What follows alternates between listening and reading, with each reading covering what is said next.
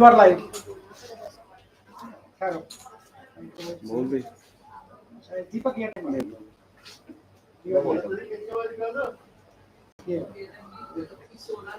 हिसाब से चल रहा है, अगर ये चल गया तो बस इसको पूरा घुमा देंगे। चलेगा चलेगा, 2 मिनट रुको। यू आर लाइव कर रहा है तो देख। चल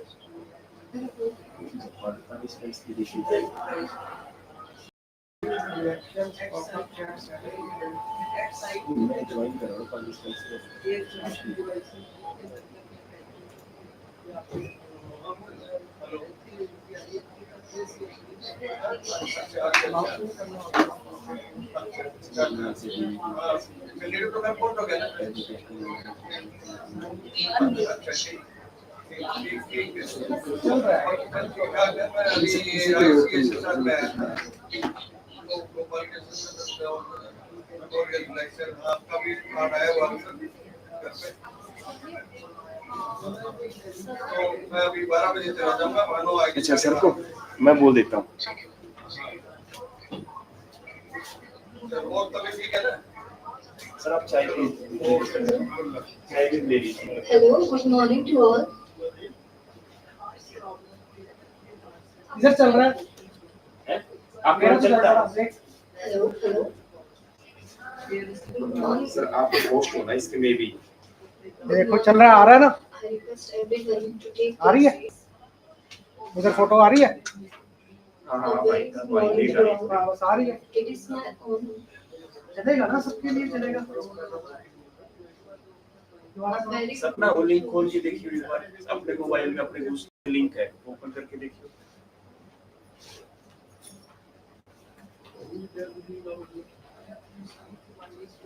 A very good morning to all. चलाओ जरा, चला के देख, समझा रहा रिफ्रेश कर। Yes, sir. Control. Asha. Yes, sir. This is level 2. Solve that. Solve. Morning, sir. Okay, now let us review. Okay. This is what we need to pass by. I shall. Yes. कैसे ले? Just उनके पास है। जो चीज आपको चाहिए ना, आपको कंट्रोल करना चाहिए सर। हमेशा वहाँ पे रहो। जो मांगा जाएगा ना, तो देखिए शॉर्ट में टाइम लगाओ, निकाल लीजिए। और इसका वो निकाल लीजिएगा। इसका पॉसिबल है। हाँ सर। दोनों का पॉसिबल निकाल लीजिए। Okay sir.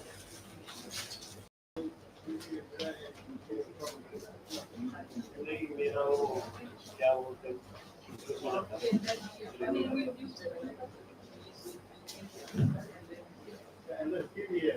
मेरे हस्बैंड है कोल्ड इन्फेक्शन मेरे को मैं अपना हाइपोट नहीं चला। अरे good morning sir. Good morning. कैसे हो? बहुत बढ़िया है। आपको देख के अच्छा फील आता है सब कुछ हो गया। चल तो रहा है यार, चलिए अब लिख भी नहीं जाता हूँ लोगों को। लिंक सही है। हाँ ये देख दोबारा से लाइव चल तो रहा है। आपने बिल्कुल सही चल रहा है मेरे हिसाब से। तो सिर्फ इतना बोलना होगा मेरे को लगता है। कितना हाँ यही होगा। ये ना वो हमें क्रिएटर के पास लेके जा रहा है। कंट्रोल ठीक है। वो सही है। अब ये वाला हाँ एक ही ये वाला है। हाँ हाँ हाँ ये वाला नहीं, ये वाला भी। अभी कौन सा भेजा? दीपक एक और भेजा मैंने लिंक। फिर मैं ये कहाँ से भेजा? मुझे भेजा था। चला भी ये देखो जरा। ऐसे नहीं निकलेगा सर।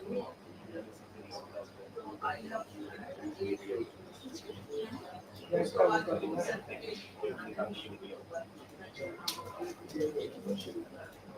मेरे साड़ी पे पर ये तो निकलेगा सारे ये नहीं ये वाला अब ये वाला सॉरी ये लास्ट हाँ ये है चल गया ना यही होगा नहीं ये यूट्यूब वाला है पहले आपने क्रिएट वाला ये भी निकालना चल गया चलो इसको करो आ गया ना चल गया दीपक चल गया सरपड़ा हाँ क्या दिक्कत थी वो ये चलाओ बस ओके दिक्कत क्या थी ठीक है लिंक गलत भेज दे साहब साउंड बंद कर दो फिलहाल सर ये इसको सर्कुलेट कर दो बस हाँ आप खुल गया अब इसकी सेट इसकी इसके इधर कौन रहेगा इधर कौन रहेगा ये जैसे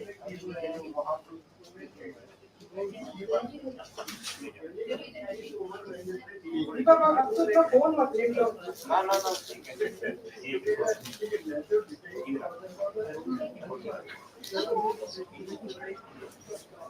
करो शेयर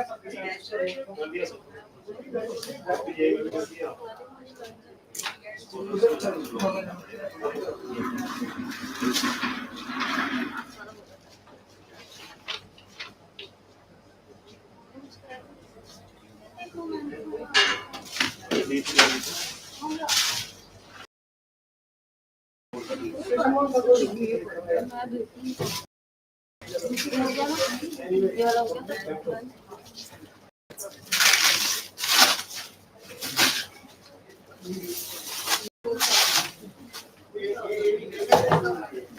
ये नेचुरल की है हाँ सही बात है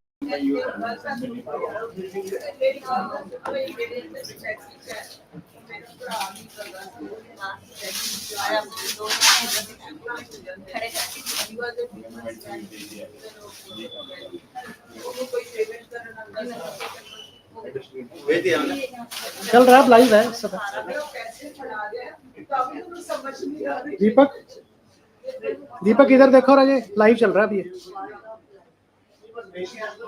लाइव है लाइव अभी तो कौन नहीं दिखेगा सर चल पड़ा चलो बढ़िया है हाँ वो दिख रहा लेट है थोड़ा सा ना नहीं वो मैंने उसमें नहीं किया नहीं है हल्का सा लेट है हल्का सा कुछ सेकंड्स आपको तो ऐड भी आएगी ना है मेरे को तो ऐड भी देखनी पड़ेगी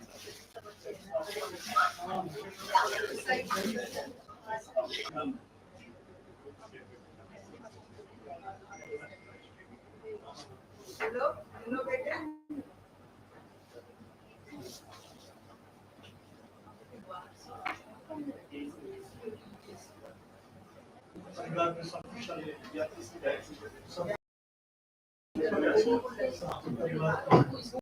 ठीक रहेगा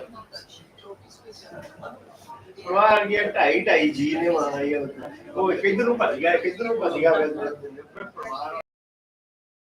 जो तेज कुमार साहब ने बोली है तेरे को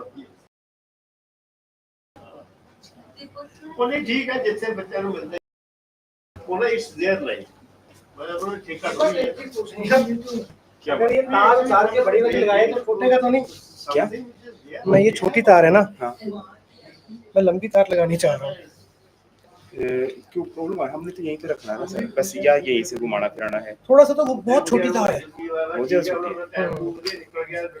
पकड़ एक देख सिरा पकड़ टाइम है अभी तो वैसे कोई है टाइम अभी तो नहीं टाइम तो है बट इधर लगाना एकदम से साथ के साथ ये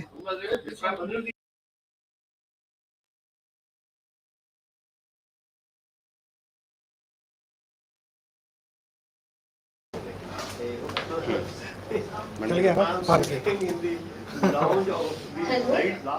गुड मॉर्निंग टू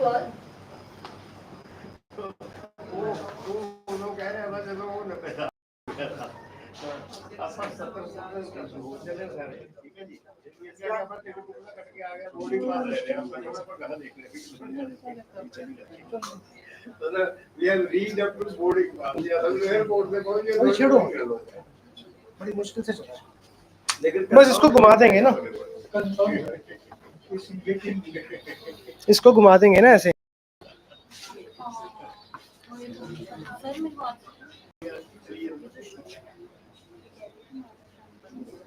दीपक एक बार बाहर ले जाए इसको.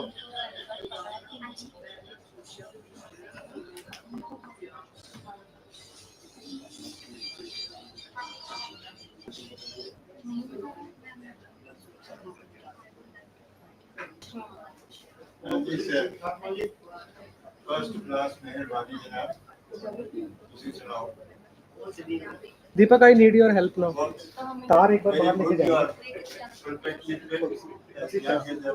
ठीक है. इकट्ठी कर लेना साथ के साथ. मतलब जब अंदर लेके आएंगे तो यहीं से खींच ले अंदर से ही. हिले ना हिले ना हिले ना.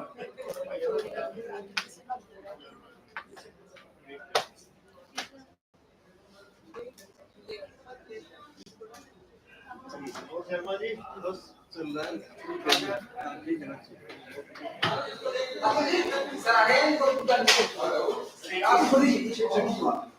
उसको चेक करने दे सर. ओके सर अभी करता हूँ. सर आ गया सर.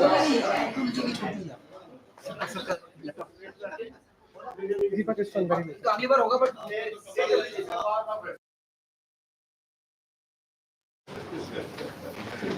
बस हिले ना. इसको दीपक को ऊपर कर दे थोड़ा. है इसको ऊपर कर दे. अबू जी आप please because you take your part.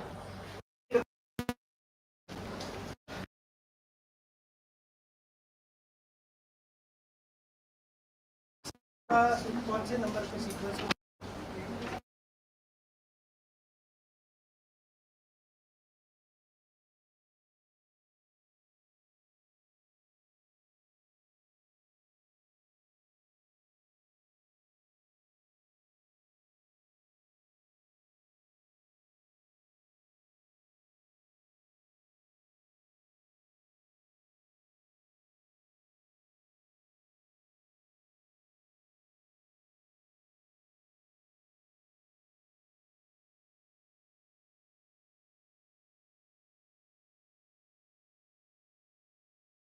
Punjab versus Surinder Singh. Another one, right to freedom of religion, its juxtaposition in the complex of secular under the Indian Constitution, a critique of Supreme Court judgment. A reservation for EWS under 103rd Constitutional Amendment via basic structure doctrine of Constitution, a critique of 5 judgment of the Supreme Court in Janhit Abhiyan versus Union of India.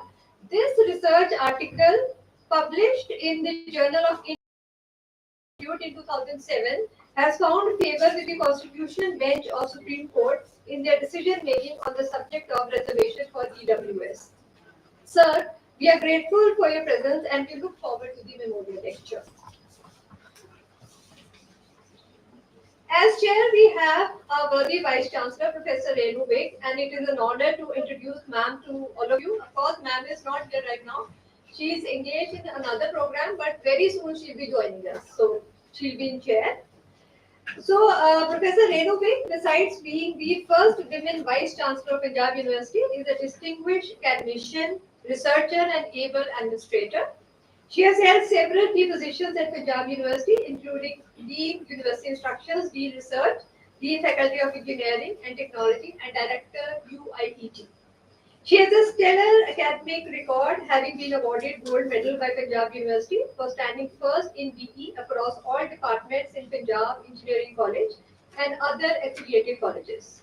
With a teaching and research experience of more than 35 years, she has guided 10 PhDs successfully in the area of signal processing and fuzzy logic-based control. She has more than 100 Scopus indexed reputed research publications to her credit. She has visited prestigious institutes such as University of Cambridge, Nottingham, Birmingham, and National University of Singapore. She has presented a paper in the World Congress on Engineering at Imperial College, London. Professor Renu Baig is the principal investigator of the project Robust Automatic Segregation of Defective Fasteners in Industries using Deep Learning, executed in collaboration with Nottingham Trent University. She has spearheaded several key initiatives in Punjab University dealing with various crucial aspects. As an accomplished educationist and administrator, her focus has always been on quality And under her dynamic leadership, Punjab University has been witnessing a positive development in its infrastructure and program expansion. We look forward to her remarks. And once again, I heartily welcome you all to this memorial lecture. Thank you.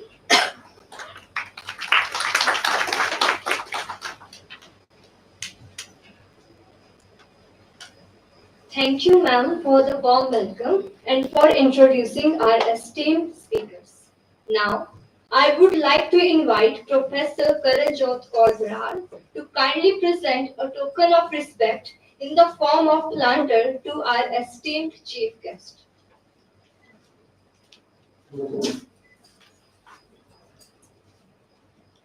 Sir. After you, sir. After you, sir. After you, sir. Chief guest, after you.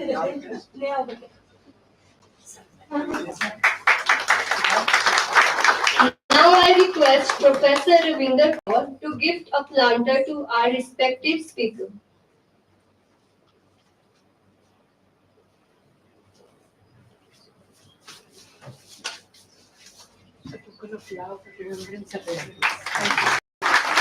Thank you, Professor Karanjot Prar and Professor Ravinder Kaur for joining us on stage. Now,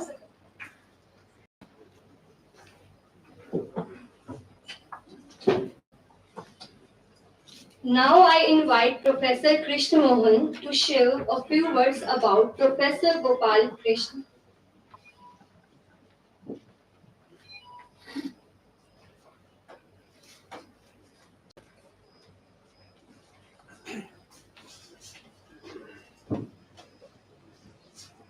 Very good morning to everybody.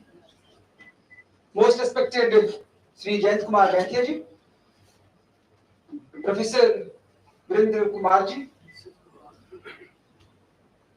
Chairman of the Department, Professor Navneet Kaur, distinguished jurists, administrators, many Director General of Police, Professor Emeritus of this university, professors of this university,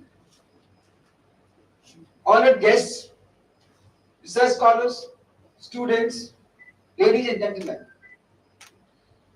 We have with us the family members of Professor Gopal Krishan. So my due respect to Professor Mrs. Gopal Krishan and his daughter Manshi Khatrihan, who has come all the way from US to attend this function. We have also with us Sri Madhav Samji, the youngest brother of Professor Gopal Krishan. I, on behalf of department and university, welcome you all once again. Friends, when it comes to introducing Professor Gopal Krishan, for us as students, colleagues, we have a different respect for him. Yesterday it was Guru Purnima, and today is a memorial lecture in honor of our teacher. My pranam on behalf of all of you to the great soul. Today is World Population Day, and we have amongst us one important speaker and chief guest, Sri Jayant Kumar Bhatia ji. I relate Professor Gopal Krishan and population geography together. Professor Gopal Krishan worked throughout his life in different areas and mostly using census data through population geography. Friends, you'll find on the dais two people. None of them is geographers. Last year also we had in the same function two experts. We had invited Professor B.S. Ghumman, former Vice Chancellor of Punjab University Patiala, and the function was attended by and chaired by Professor Arun Kumar Grover. And this year we have Professor Virendra Kumar as speaker and Sri Jayant Kumar Bhatia as chief guest. Now I will ask you why I am referring this. Because Professor Gopal Krishan was not a man of geography. So normally what happens, when we remember people, we think that our people in the same subject will be more aware about the person. But in the case of Gopal Krishan, he belongs to us and he kept on working throughout his life in an interdisciplinary mode. He was as popular as geographers, as a good educationist, as a good administrator, as a good human being, as an excellent teacher, and an excellent friend. Friends, his accomplishments are too long, too long.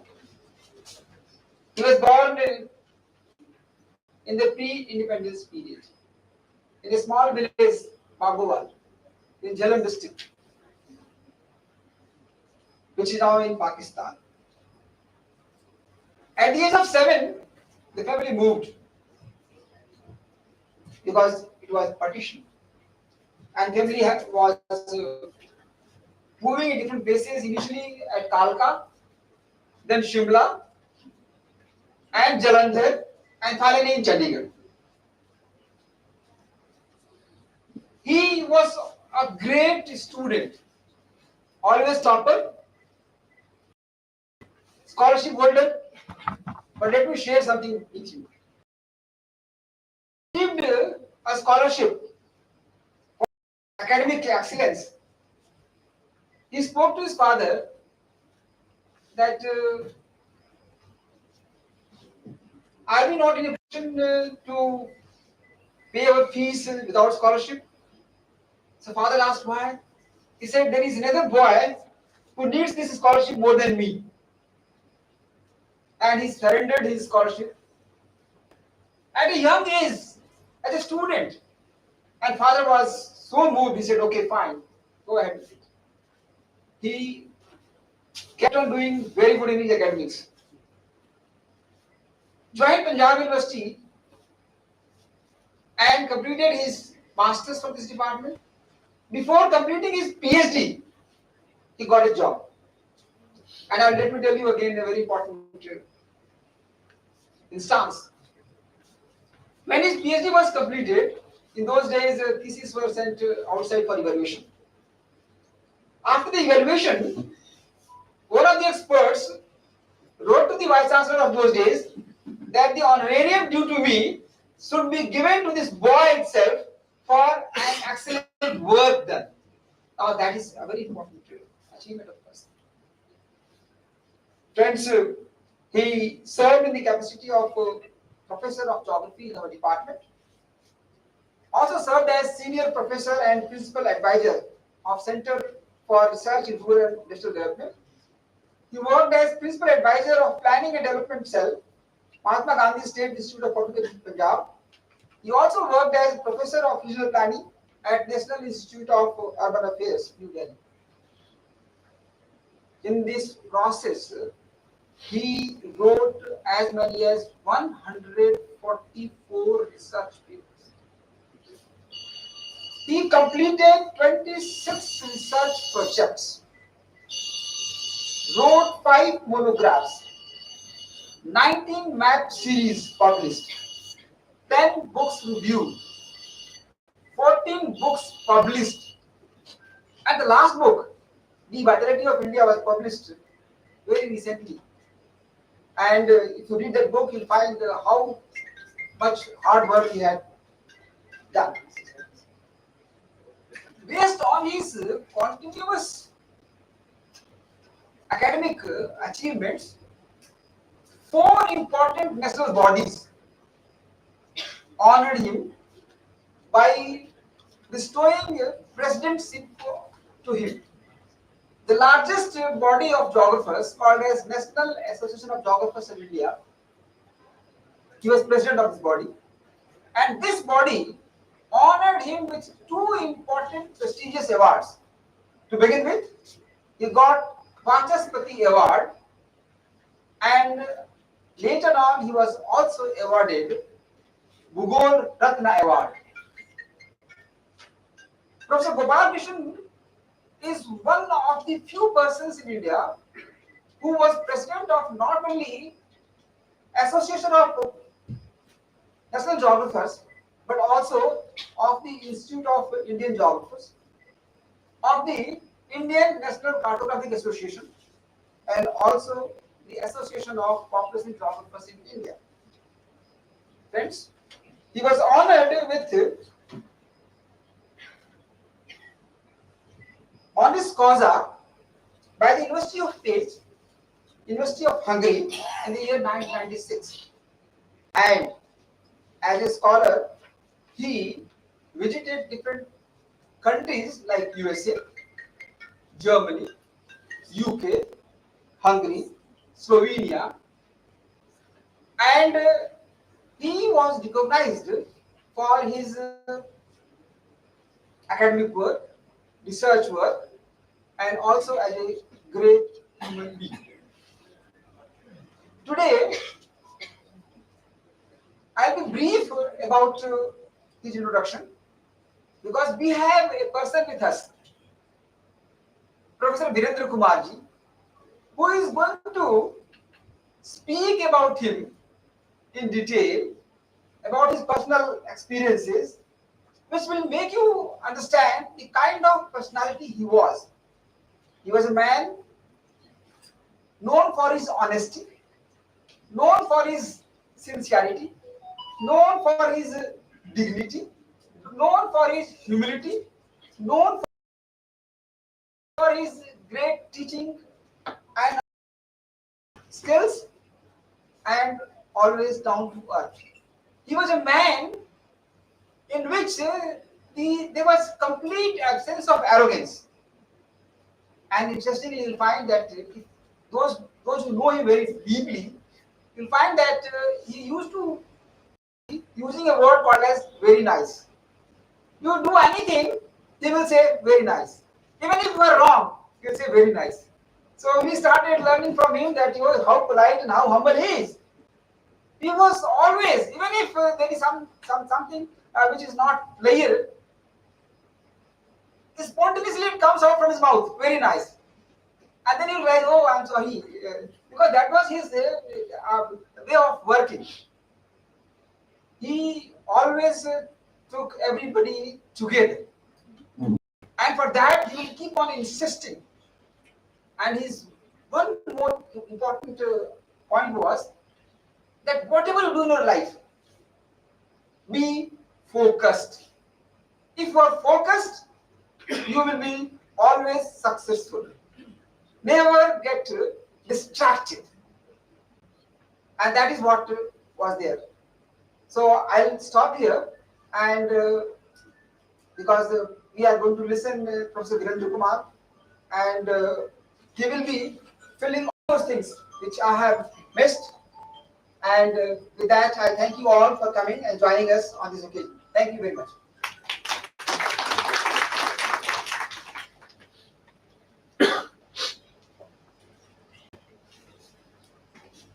Thank you so much, sir, for your heartfelt words.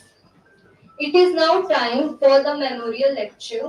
I request Professor Virendra Kumar to kindly deliver the lecture.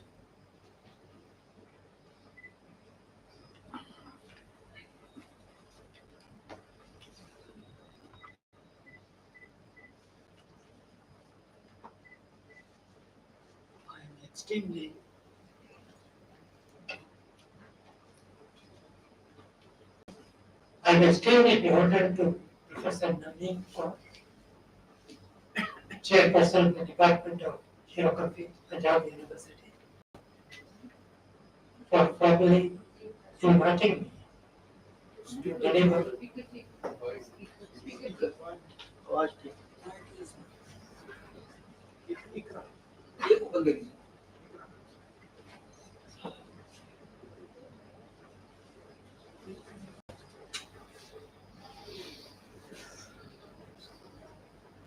for delivering this today's Gopal Krishan Memorial Lecture, and also giving me the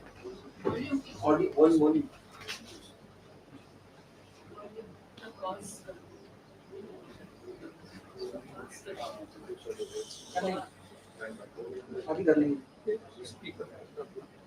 थोड़ा सा नजदीक करो।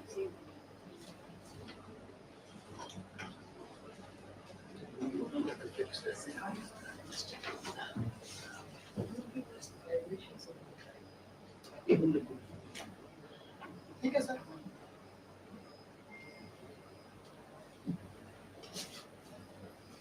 And she has given me another privilege, exquisite privilege, of having Professor Renu, District Vice Chancellor of the University, for chairing the memorial lecture.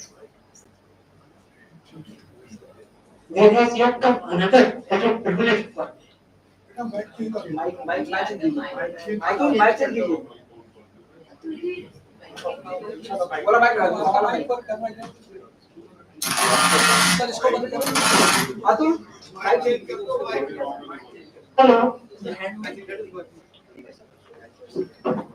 बड़ा दूर है sir मेरा ख्याल और सीट चेंज कर थोड़ा पास करके सर आप उधर बोल मैडम वो पोडियम वाला माइक निकल है। नहीं ठीक है आप देखिए सर दिस इज वर्किंग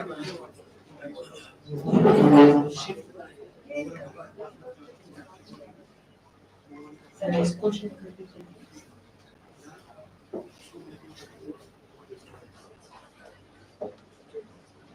ये माइक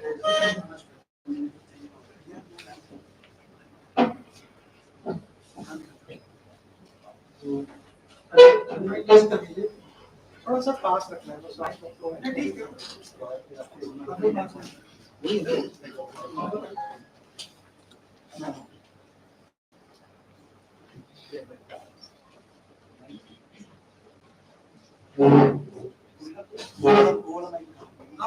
आप बैठ के टेस्ट कर लीजिए टेस्ट कर लीजिए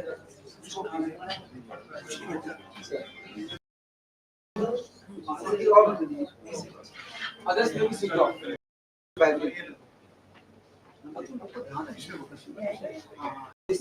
Please better. We are getting it. Stop it.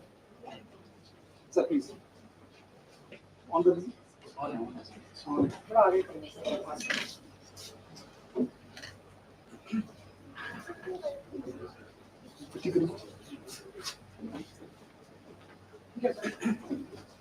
बोलिए सर आप बोलिए आप बोलिए ना Am I audible now? Yes, sir. Thank you.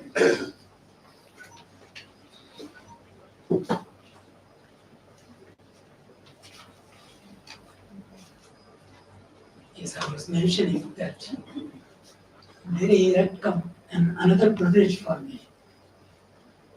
The privilege of having amongst us on the dais, Shri Jayan Kumar,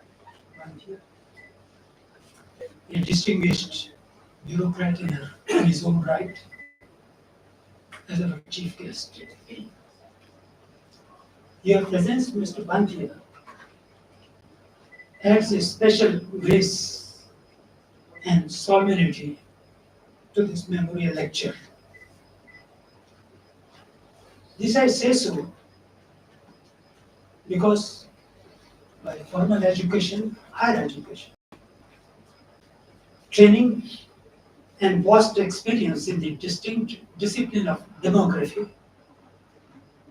you are uniquely equipped to bring out consensus even in the highly contentious field of census. We are well aware of the critical event of 2001 census, meaning population of more than 100 crore, which was successfully rolled out under your stewardship when you were holding the envious position of Registrar General and Census Commissioner of India, a position which you held for full 5 years from 1999 to 2004. The value of your presence is enhanced all the more today, 11th of July, is the World Population Day, which prompts us to take up the issues relating to population and their impact on development, health, and environment in particular. We are indeed now looking forward to your prophetic perspective of the census 2027, soon after the conclusion of this lecture. With your vast operating experience in the distinct discipline of democracy, you are very closely share the innate interest of Professor Gopal Krishan, whose lifelong abiding interest was no other than passionately pursuing population geography as a panacea to all sorts of conflict problems of humankind. After all, in popular parlance, as I understand, the distinct discipline of democracy is essentially nothing but the science of population studies. I am feeling overwhelmed by the overwhelming presence of all of you. In fact, with your very kind and generous presence, I feel all the more encouraged in my today's academic venture. With these few prefatory words, I may begin with my opening question. My opening question is, why and how have I come to nominate my memorial lecture, Professor Gopal Krishan, a silent institutional builder under himself, my reminiscences? I need to share with you right in the first instance, which has led me to give this title to my lecture, because that would serve as the requisite background to my present presentation. To explore this context, I may begin with a very preliminary question. My question is, what is the conventional or the usual mode of delivering memorial lecture in terms of its thematic content? Invariably, in terms of thematic content, the memorial lectures are institutionally subject-specific, revolving around the field of contribution of the person in whose memory the special lecture is instituted, and the invited person, more often than not, is expected to update the informed audience about the story of development that has hitherto taken place in a particular field of knowledge.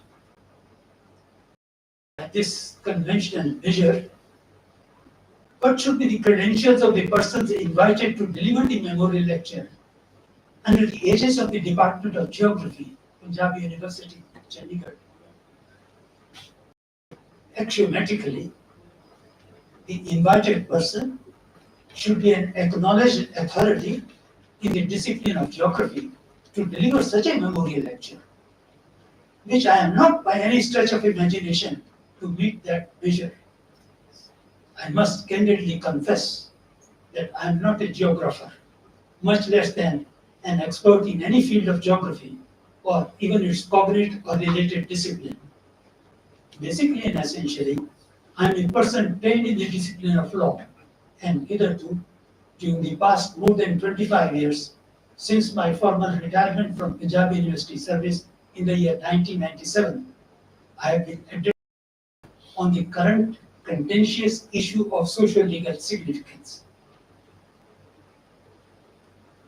Why then I have been given the privilege of delivering today's memorial lecture?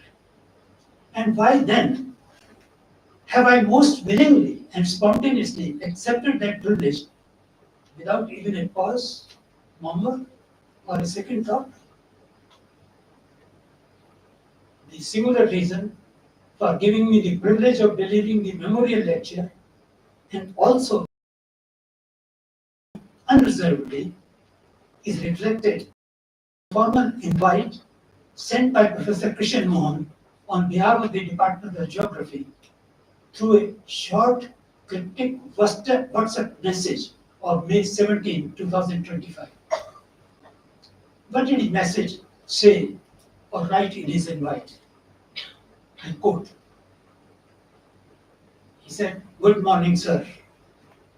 Kindly confirm your availability on July 11, 2025. We seek your consent to deliver Professor Gopal Krishan Memorial Lecture. We give it an honor and your respect for Professor Gopal Krishan." Professor Krishan Mohan.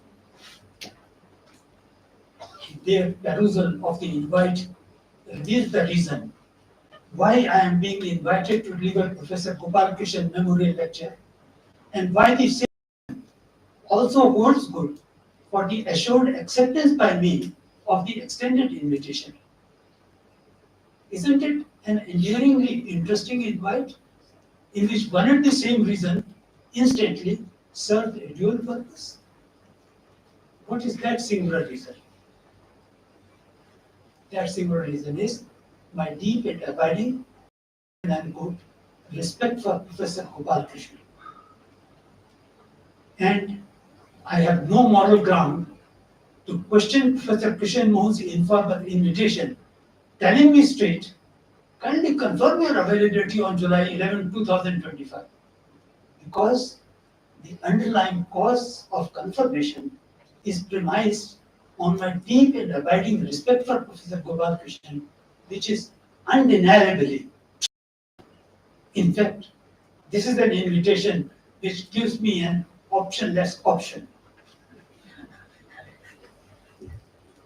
Even the second part of his invite, seeking my consent to deliver the memorial lecture, is also optionless for me, because when the consent is being sought with an advance notice of about 2 months, it implicitly means that the invitee is discreetly directed or politely advised that he should keep himself free on July 11 for delivering the memorial lecture on that date.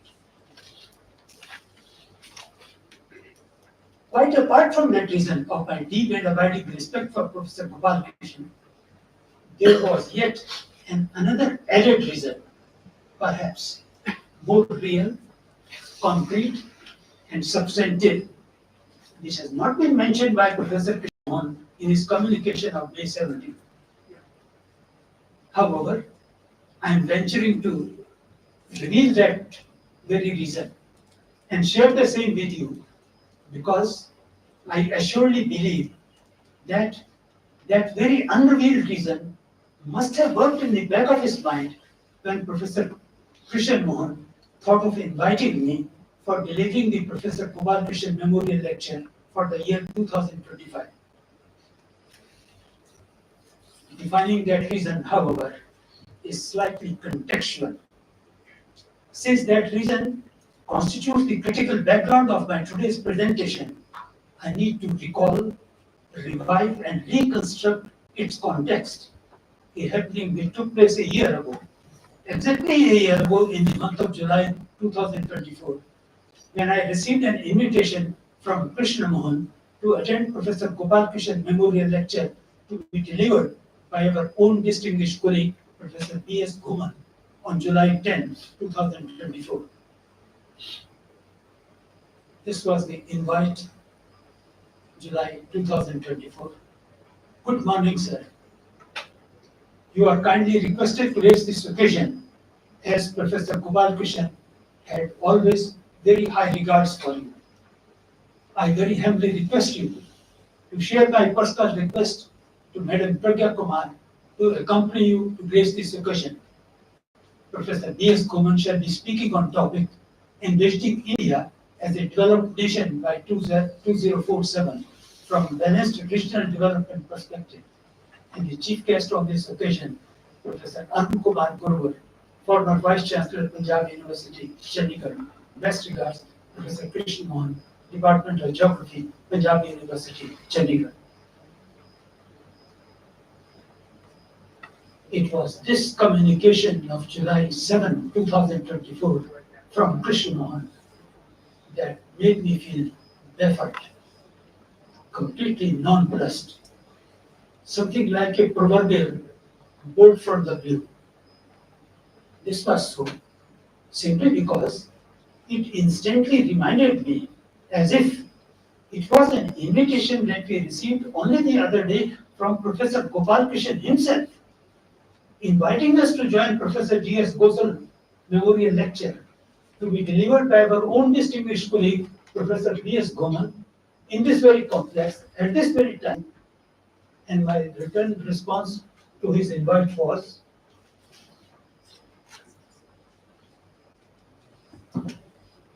I quote 2021, respected Professor Gopal Krishan, we are looking forward to joining you at the memorial lecture to be delivered by our own distinguished colleague, Professor Goman, at 12 noon today. With respect to greeting, Virendra. Here I added a postscript. As a token of sharing, I am enclosing two recent articles published by Mumbai University in their journal, Sambhashan. Professor Gopal Krishan returned response on the same day, late in the evening after the memorial lecture was over. He wrote, Dear Professor Kumar, thank you for being with us afternoon for Professor G.S. Gosal Memorial Lecture. Your presence and words at this occasion were inspiring for us.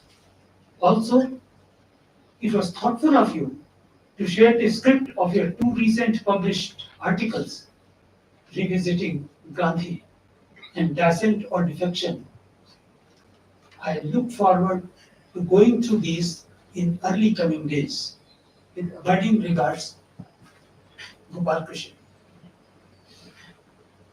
All along, I was still waiting for the kind response of Professor Gopal Krishan to my recently published articles, which he promised to respond in early coming days in the month of April 2021. Instead, after a long wait for about 3 years, what did I get? A startling communication from Krishan Mohan disclosing in a way that the very person who used to invite us to celebrate the life of our own distinguished colleague, Professor G.S. Gosal, he himself had become the subject of memorial lecture. Unbelievably true it was. But how come all this has happened, even without an inkling, sharing or murmur in between from his side, from the side of Professor Gopal Krishan about his sudden illness or suffering, which eventually resulted in his unfortunate demise? At this building moment, I also fondly recalled and remembered Professor Gopal Krishan's passionate celebration of 5th G.S. Gosal Memorial Lecture in 2018, organized under the aegis of the Association of Population Geographers of India, when he asked me to preside over the lecture to be delivered by our own distinguished colleague, Professor R.C. Chandra, former chairman of the Department of Geography, and I responded to his kind invite. I said, respected Professor Gopal Krishan, I am indeed personally grateful to you for giving me the privilege of presiding over the prestigious 5th Professor G.S. Gosal Memorial Lecture to be held on April 1, 2018. My only wish is that I would have deserved such an exquisite honor. With kindest regard, Virendra. I was a bit hesitant to preside over the lecture, as I was completely ignorant about the professional background of Professor Gosal, although I knew him well socially. To overcome my hesitation, Professor Gopal Krishan sent me all the requisite and much needed information immediately, highlighting the various facets and distinct contribution of Professor Gosal. My written response to Professor Gopal Krishan for educating me about Professor G.S. Gosal's field of expertise I wrote, respected Professor Gopal Krishan, thank you very much for sending me the valuable material. It has instantly enabled me to know and learn something special about the personage in whose memory the special lecture is to be believed. Gratefully yours, Virendra.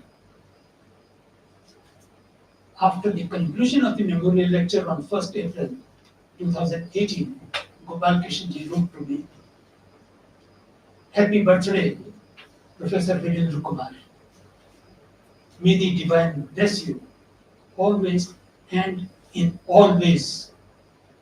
We were privileged to have you as our honorable speaker for Professor G.S. Gosal Memorial Lecture on Sunday, the 1st of April, at the ICSR Complex, Punjab University, Chandigarh. Your presentation was most meaningful, impactful, and inspiring. Overwhelmed was everyone by your style of paying homage and its articulation. May I reiterate our gratitude on behalf of the Association of Population Geographers of India and my own behalf for being so gracious in obliging us. We are equally grateful to Dr. Mrs. Pragya Kumar for joining us at this occasion. With all regards, Gopal Krishan. My returned response to Professor Gopal Krishan's benevolent letter, I said, respected Professor Gopal Krishan, I am extremely beholden to you for your very kind words and affectionately wishing me on my birthday only the other day. I am also grateful to you for encouraging me for my participation in the memorial lecture to celebrate the life and achievement of our respected, the late Professor G.S. Gosal. In fact, that provided me an opportunity to learn something of population about which hitherto I knew virtually nothing. Professor Chandna's oration on that occasion was extremely provocative for many of us. I personally realized that how much still remains to be discovered. I wish I could follow and explore at some future date at least some of the very meaningful seminal ideas provided by Professor Chandna, because that is the only way to understand, appreciate, and enjoy the depth of a subject. With respectful greetings, Virendra. It was this contextual background that flashed back in my mind last year in a split-up moment when we came to attend Professor Gopal Krishan Memorial Lecture on 10th of July 2024 at this very venue of ICSSR. And I fondly recall having told Professor Krishan Mohan that I had with me some letters by way of my personal communication with Professor, and that I would love to share those letters with your faculty and students as they hold a great academic value for us. And Professor Krishan Mohan very graciously accepted my offer and affirmed the same through his WhatsApp message. He wrote, "Thank you, sir. Thank you, madam. Your presence strengthens our commitment for a good cause. I shall love to receive the letters written by Professor Gopal. Regards, Professor Gopal."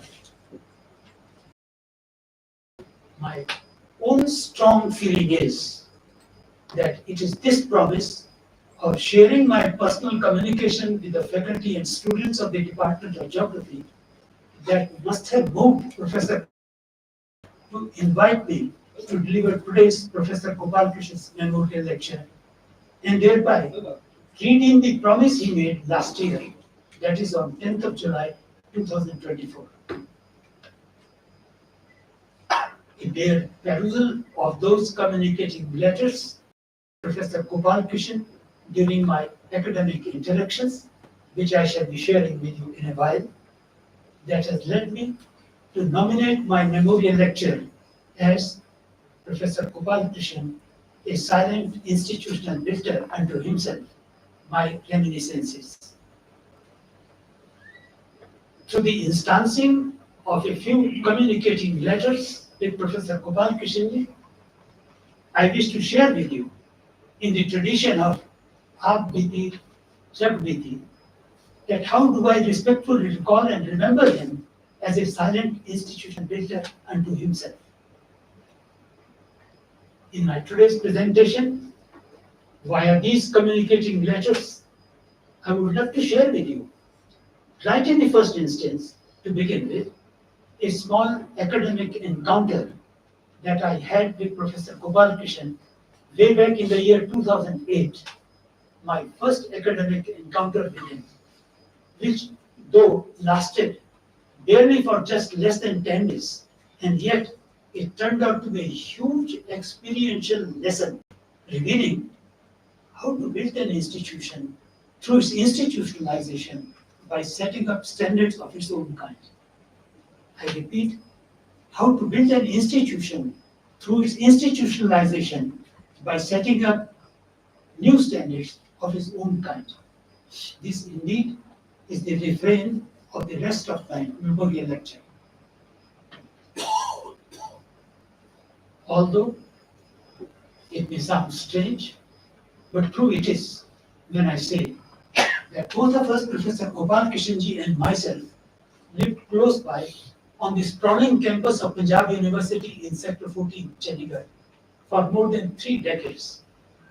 He was living in Bangalore number F13 and I was in F19. And yet, the opportunity for academic interaction came our way only in the year 2008, years after when both of us retired from university service after economy's grade. An autonomous research institute registered as a scientific and educational charitable society, which was established in the Union Territory of Chandigarh in July 1978 under the Indian Society Registration Act 1860. In September-October 2008, I received an invitation by email to contribute a research article on man and development by enclosing his concept paper, a call for paradigm competition to cooperation. However, owing to my being deeply involved in meeting my prior time-bound commitment, I couldn't attend to his kind invitation until the end of the month of October 2008. Thereafter, it took me about next 2 weeks to closely studying his concept paper, which instantly tempted me to work out tentatively on a constitutional perspective. Cooperation among the Indian states, the core concern of the Constitution. However, when I wanted to communicate my consent for contributing a paper on the proposed theme, suddenly I met the dead end. The date of submission of the completed contribution was already over. Nevertheless, I shared my predicament with Professor Gopal Krishan in writing as he desired me to do so only the other day. I wrote this letter, date and time is important, 18 November 2008 at 11:37 a.m. My written response to Professor Gopal Krishan's invitation after a personal meeting with him only a day before. I wrote, Respected Professor Gopal Krishan, I am extremely grateful to you for asking me to contribute to the special issue of man and development, which is exclusively devoted to the theme, the imperative of cooperation among the Indian states. Somehow or the other, as I mentioned to you in our personal meeting only yesterday evening, I was caught in writing the draft report of the commission constituted by the Chief Justice of India on the functioning of the National Law School of India University, Bangalore, and got free only on October 30th. Thereafter, I carefully perused your concept paper, a call for paradigm shift from competition to cooperation. Reading your paper was extremely rewarding in itself for me. For the past 1 week, I am struggling hard to find a place for myself that would enable me to say something on the theme of cooperation. I have not yet succeeded fully. Still, I am trying to locate the focus of my thoughts. Till now, after reviewing the historical perspective, I am thinking broadly to go in the direction of cooperation among the Indian states, the core concern of the Constitution. However, yesterday, when I found 30th September as the last date of submission, and with the further extension till the end of October or middle of November, which are all over, I am wondering if it would be possible, if it will be worth the while to pursue the project, more especially when I am not yet certain about the date of its culmination. Kindly advise me in this predicament. With respectful greetings, Virendra Kumar.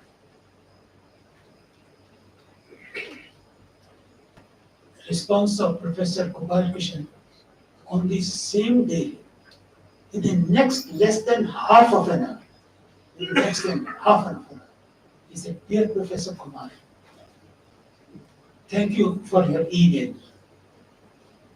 It is most inspiring. May I reiterate that we have been very keen to include an article from you in the forthcoming special issue of Member. Please do a paper for us on any topic pertinent to the theme of imperative of interstate cooperation in India. We shall be greatly helped in our assignment if the paper reaches us by 27 November, since the proposed issue is expected to be submitted by us to the printer in the first week of December. Thank you so much, and with very kind personal regards, GK." Another response of Professor Gopal Krishan on the same day in continuation. He wrote, "Dear Professor Kumar, this is further to my email communicated in the morning today. The topic, cooperation among the Indian states, the core concern of the Constitution, is of immense interest to us. Kindly finalize a paper on this topic. I do fondly hope that it will be possible for you to do so by November 27, as requested in my previous email. With very personal regards, GK." What do these two letters in succession on the same day say or signify? What light do they shed on the intent of Professor Gopal Krishan? I crystallized the Professor Gopal Krishan intent, converting a hopeless situation into a hopeful one, opening the window of submission, but only for a short period of less than 10 days, also clearly conveyed that the deadline of number 27, 2008 was sacrosanct, and therefore he sincerely hoped and wished me to accomplish the task of writing the research piece by the due date, despite all the hurdles that might come our way. All his intent was purely in the pursuit of institutional building. On Monday, 24th November, in telling polite and persuasive reminder of Professor Gopal Krishan to make me firm in my commitment to complete the promised paper within the bound of the stipulated time schedule, bearing the deadline of November 27. Just only one line. "Dear Professor Kumar, the arrival of your paper by email is earnestly awaited on 27 November. With very personal regards, GK." I responded, "Respected Professor Gopal Krishan, I am struggling hard to meet the deadline. I shall pass on to you whatever little or more I could make by 27th instant. With respectful greetings, Virendra." I completed the draft on 26th November. Respected Professor Gopalji, I have just completed the draft at 9:20 p.m. and given it overnight typing. I should have the typed copy by 10 a.m. tomorrow. It should take me at least a couple of hours for minor revisions and corrections. I hope it works out, enabling me to send you my article, good, bad, or worse, by the promised deadline of 27th instant. With kindest regards, Virendra Kumar. I met finally the deadline of 27. I said, respected Gopalji, I have done it whatever was possible for me under the circumstances. I am submitting the same for your kind consideration. Kindly see the attachment with respectful greetings, Virendra Kumar.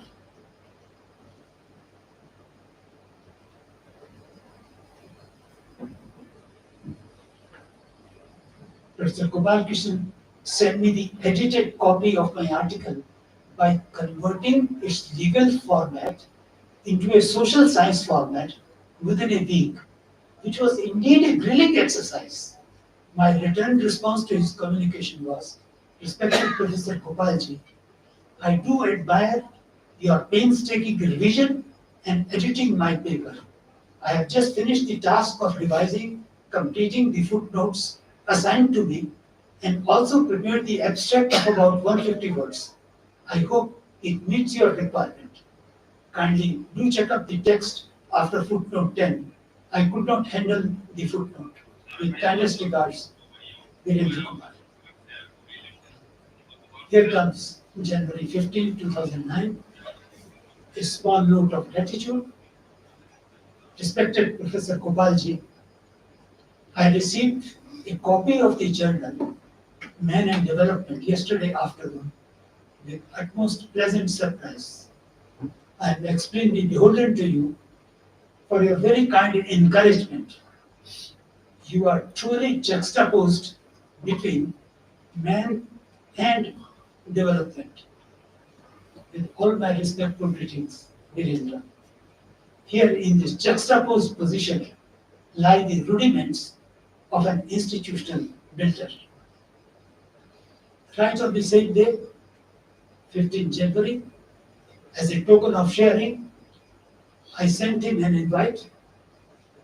Respected Professor Gopal Krishan, I am taking the privilege of enclosing a copy of the circular notice, personally inviting you to kindly join me at my special lecture at ICCSR on January 24, 2009 at 10:45 a.m.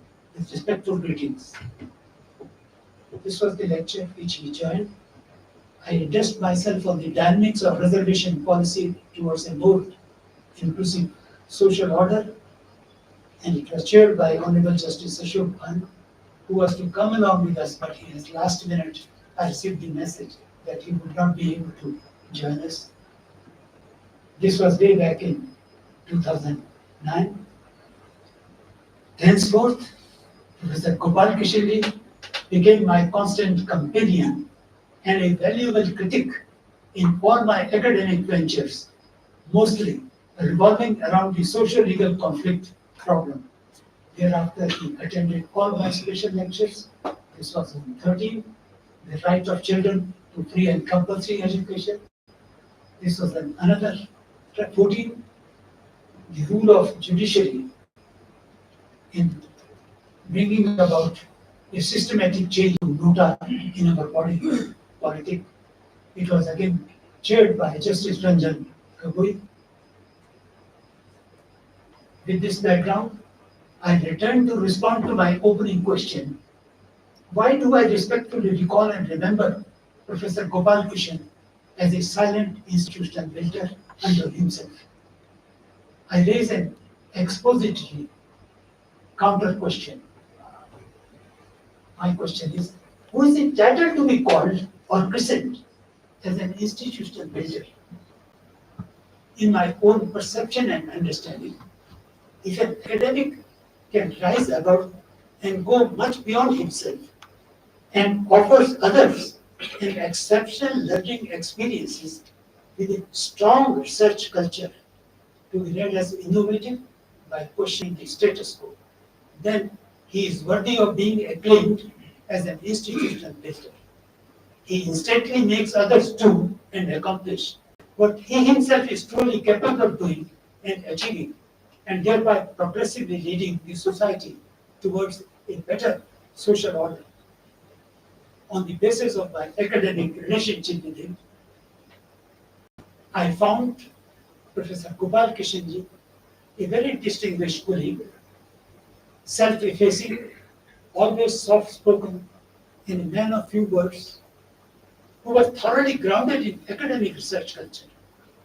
He sincerely believed that we cannot build a sustainable institution unless we are able to raise a faculty who are passionate to pursue research as a self-rewarding phenomenon, which is in the nature of swanta sukhaya, what gives inner happiness to oneself. This indeed is an experiential lesson that he attempted to pass on to me through the small exercise lasting for less than 10 days. And in retrospect, I must say, he admirably succeeded in his mission. He succeeded in making me do a research piece in just less than 10 days, which I earlier thought was next to impossible. What was the underlying strategy that made him accomplish such an academic feat or venture? This needs a little elucidation.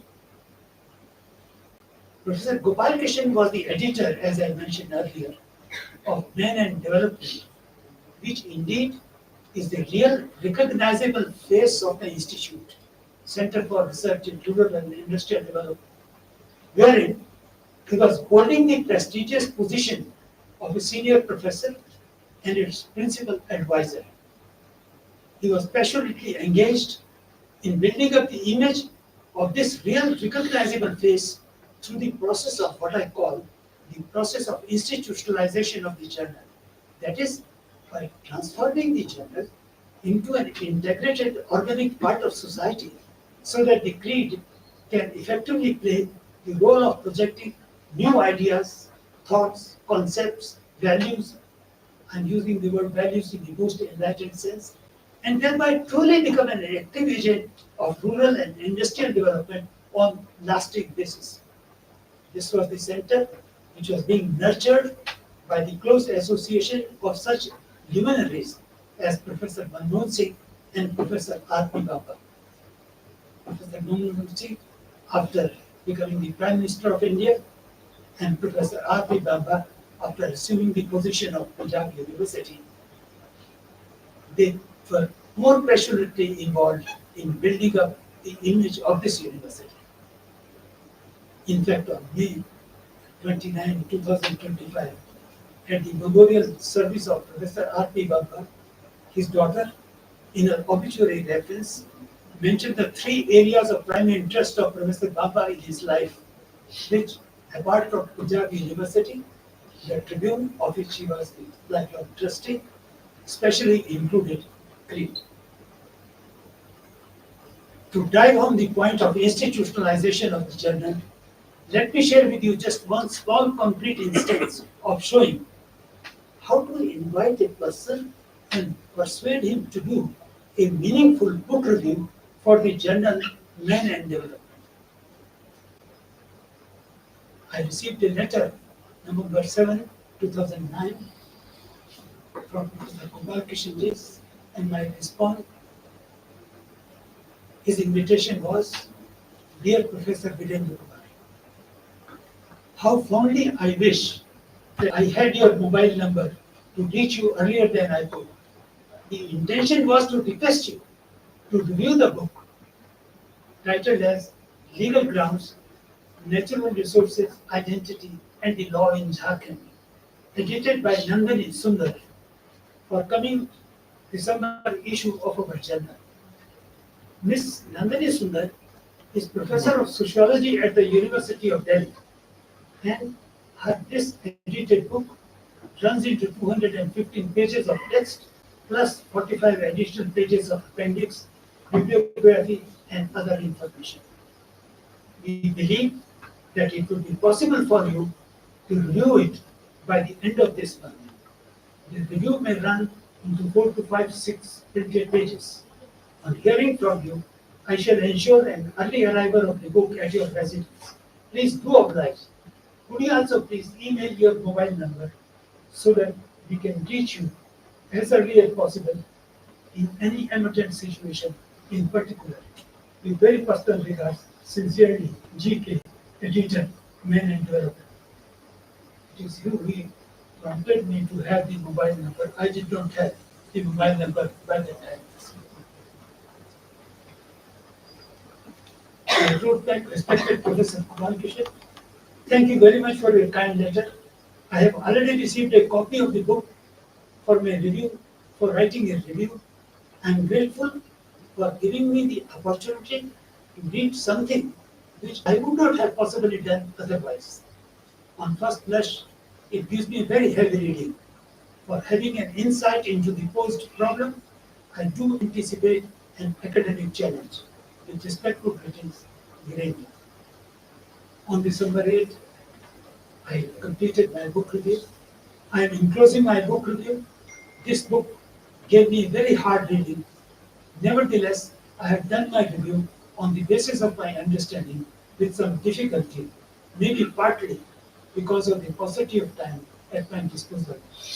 With kindest regards, Virendra, I have signed this letter as the Director of Academic, Chandigarh Judicial Academy.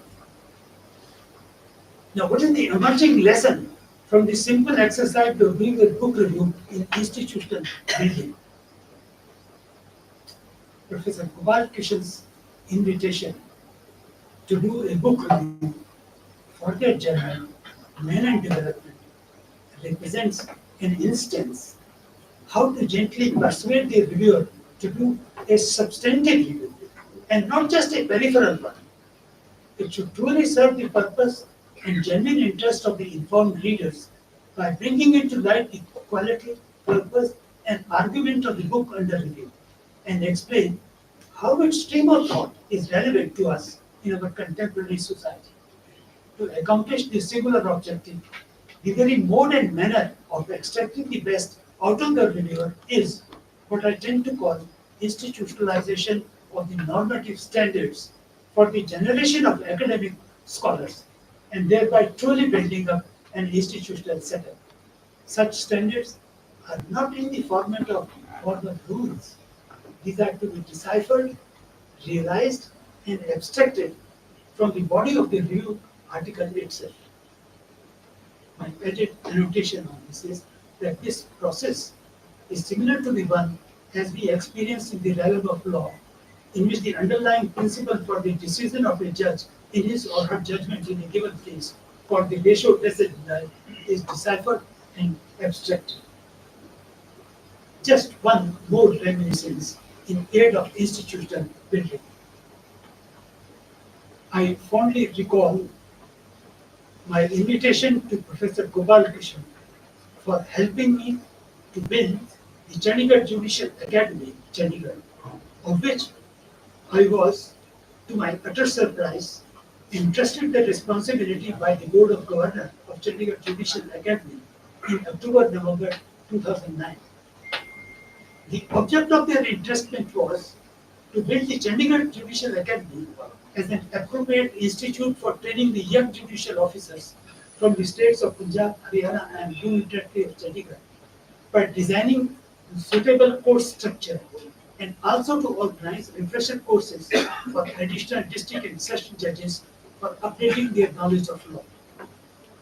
I accepted the offer for a year or so with much reluctance because I myself had no prior exposure of the functioning of courts firsthand, either as a practicing lawyer or as a retired judge at any level. My intent to involve Professor Gopal Krishan was to draw upon his valuable experience in the institutional building. His response to my invitation was very positive and generous. He responded to my invitation, which I wrote to him as a director of Chandigarh Judicial Academy. Dear Professor Kumar, it is our fond wish and hope that you are in the best of world, within and without. Ever since you brought the idea of my presentation to the participants of the courses you are organizing, I have been reflecting on the theme on which I could share my ideas. One stimulating question that comes to my mind for deliberation is how India stayed integrated. The discussion will incorporate an element of provision of Indian Constitution If this topic is of interest for the purpose, I shall be happy to finalize it for my presentation. Would you please intimate your home line number as well? This will be special help. With very personal regards, GP. My response to Professor Gopal Krishan ji the same day. Respected Professor Gopal Krishan ji, thank you very much for your kind letter. I think very positively that the suggested theme should be of immense interest to the participants. Additional district session judges from the state of Punjab and Haryana. I am contemplating to fix the lecture of 1 hour duration either on Saturday, the 28th of November, or Sunday, the 29th of November. If it suits your convenience, it would be just lovely. I should be able to communicate with you and finalize tomorrow when I am in the office with respective meetings here in the court. Immediately in the response to returned response from Professor Gopal Krishan. Dear Professor Kumar, thank you for your prompt positive response. I shall be away to New Delhi on 28 and 29 November to receive our children who are coming from the United States for a short stay, just 1 week. It will be desirable if the lecture is scheduled sometime in the second week of December or later, as per your convenience. With very personal regards, GP. My return response was, thank you very much for your prompt response. I would certainly wait for another opportunity, feeling assured of your contribution. With kindest regards, Virendra. Now I come to, in closing my respectful homage to Professor Gopal Krishan. This is the last slide. Kindly bear with me just for another minute or so. When I reflect back of my reminiscences, reminding myself of the great learning experiences that I had during my interactions with him, I feel humble and bow my head in his cherished memory.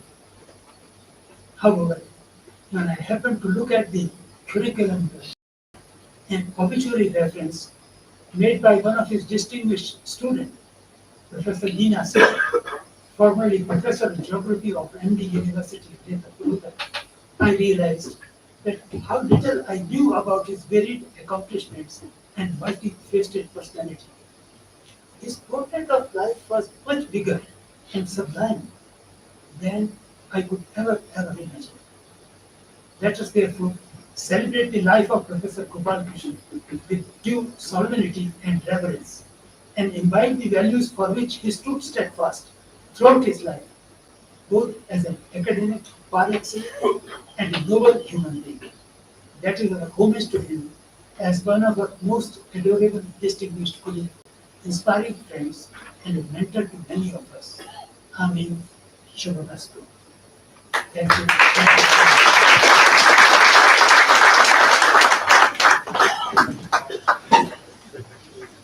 Thank you, sir.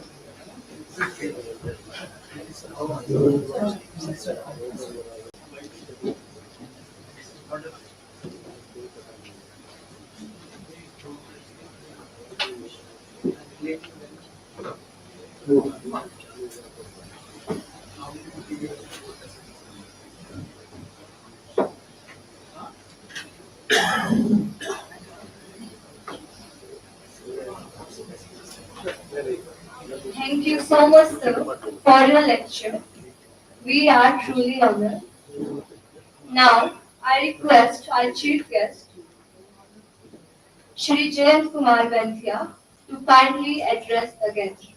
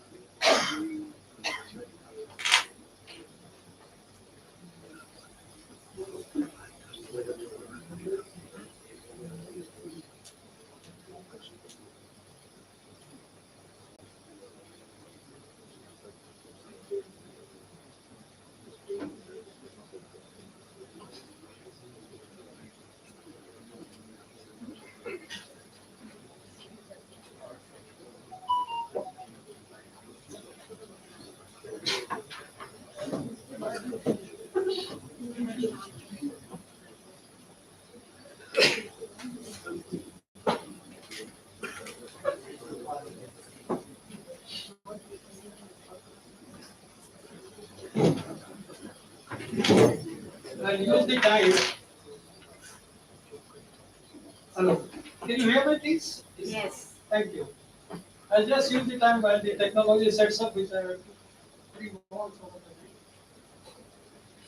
It's a privilege and a pleasure to be here among such a distinguished audience for the Professor Gopal Krishan Memorial Lecture at Punjab University Department of Geography.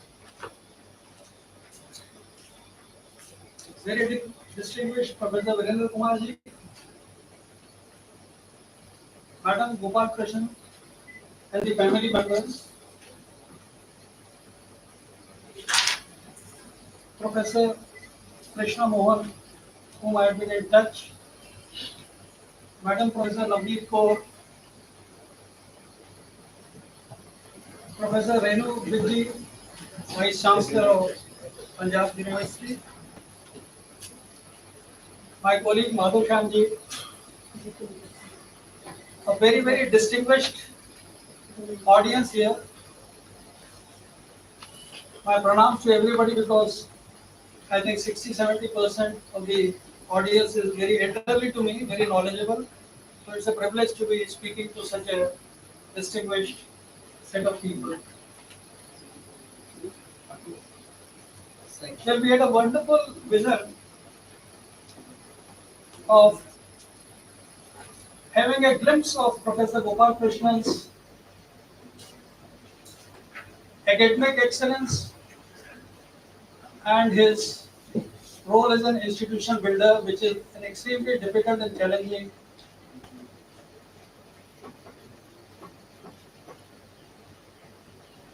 task for anybody. Several of us who are in various administrative positions and otherwise know how difficult it is. My first brush with the geography came as a student up to possibly 8th standard.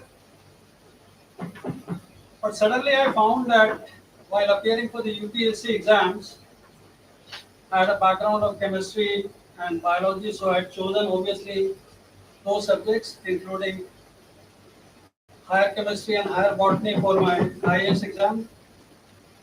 I could not make it the first time in 1975, made it the second time, and I had geography as one of my subjects. So I'm really indebted to geography in that sense. My third interaction came at the LSE while I was pursuing my PhD in demography and learning about the use of GIS in 1997,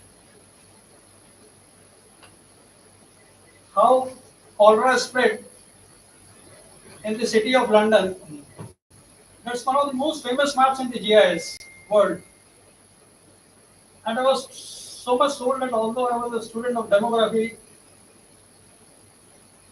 that when I became the Census Commissioner, that was the first step I took to introduce GIS in the government systems. I'll go back there, I think.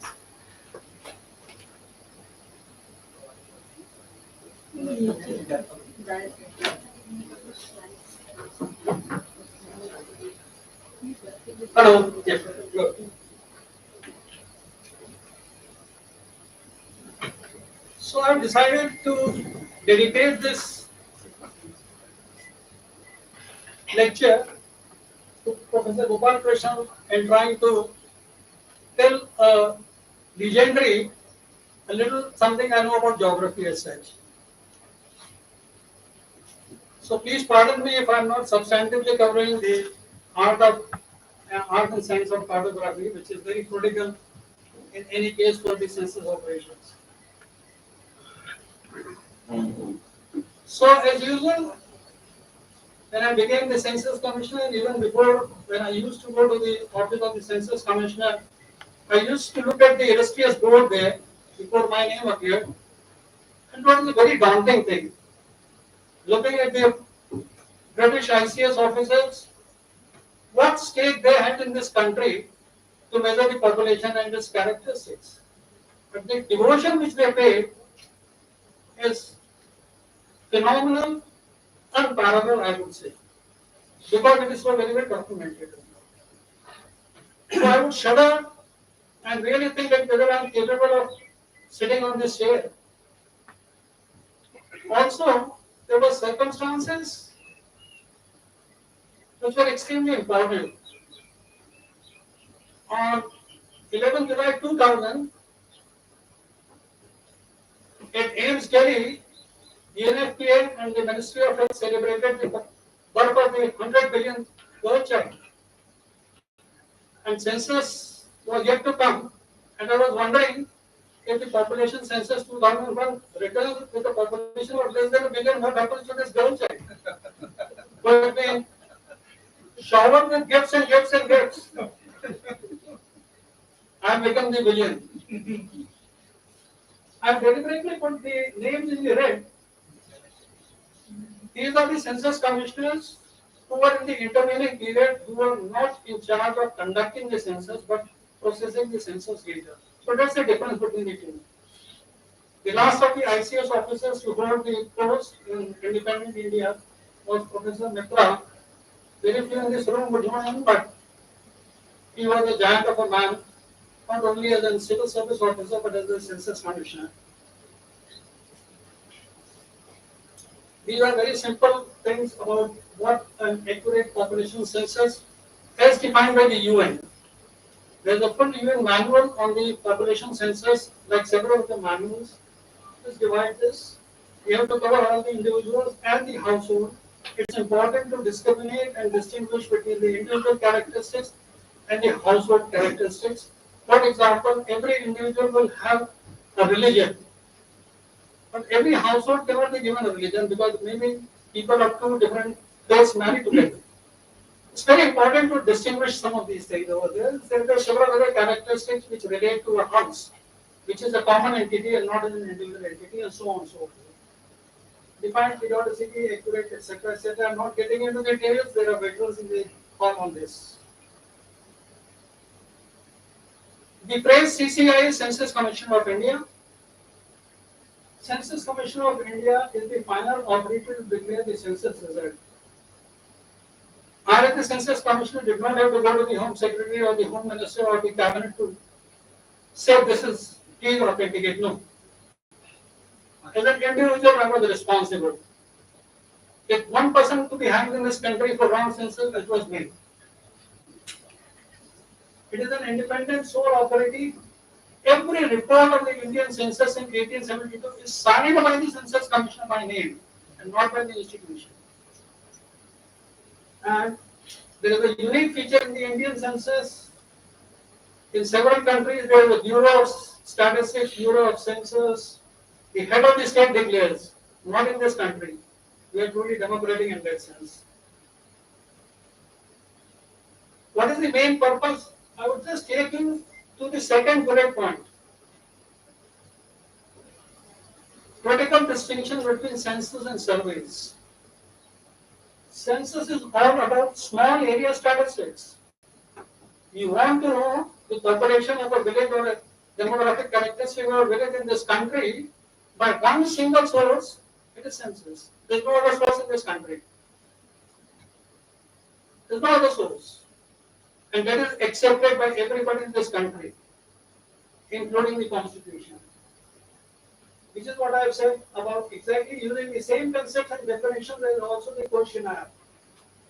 Different states may have village level data, but they do not have even common definitions within the departments. Forget about across the country.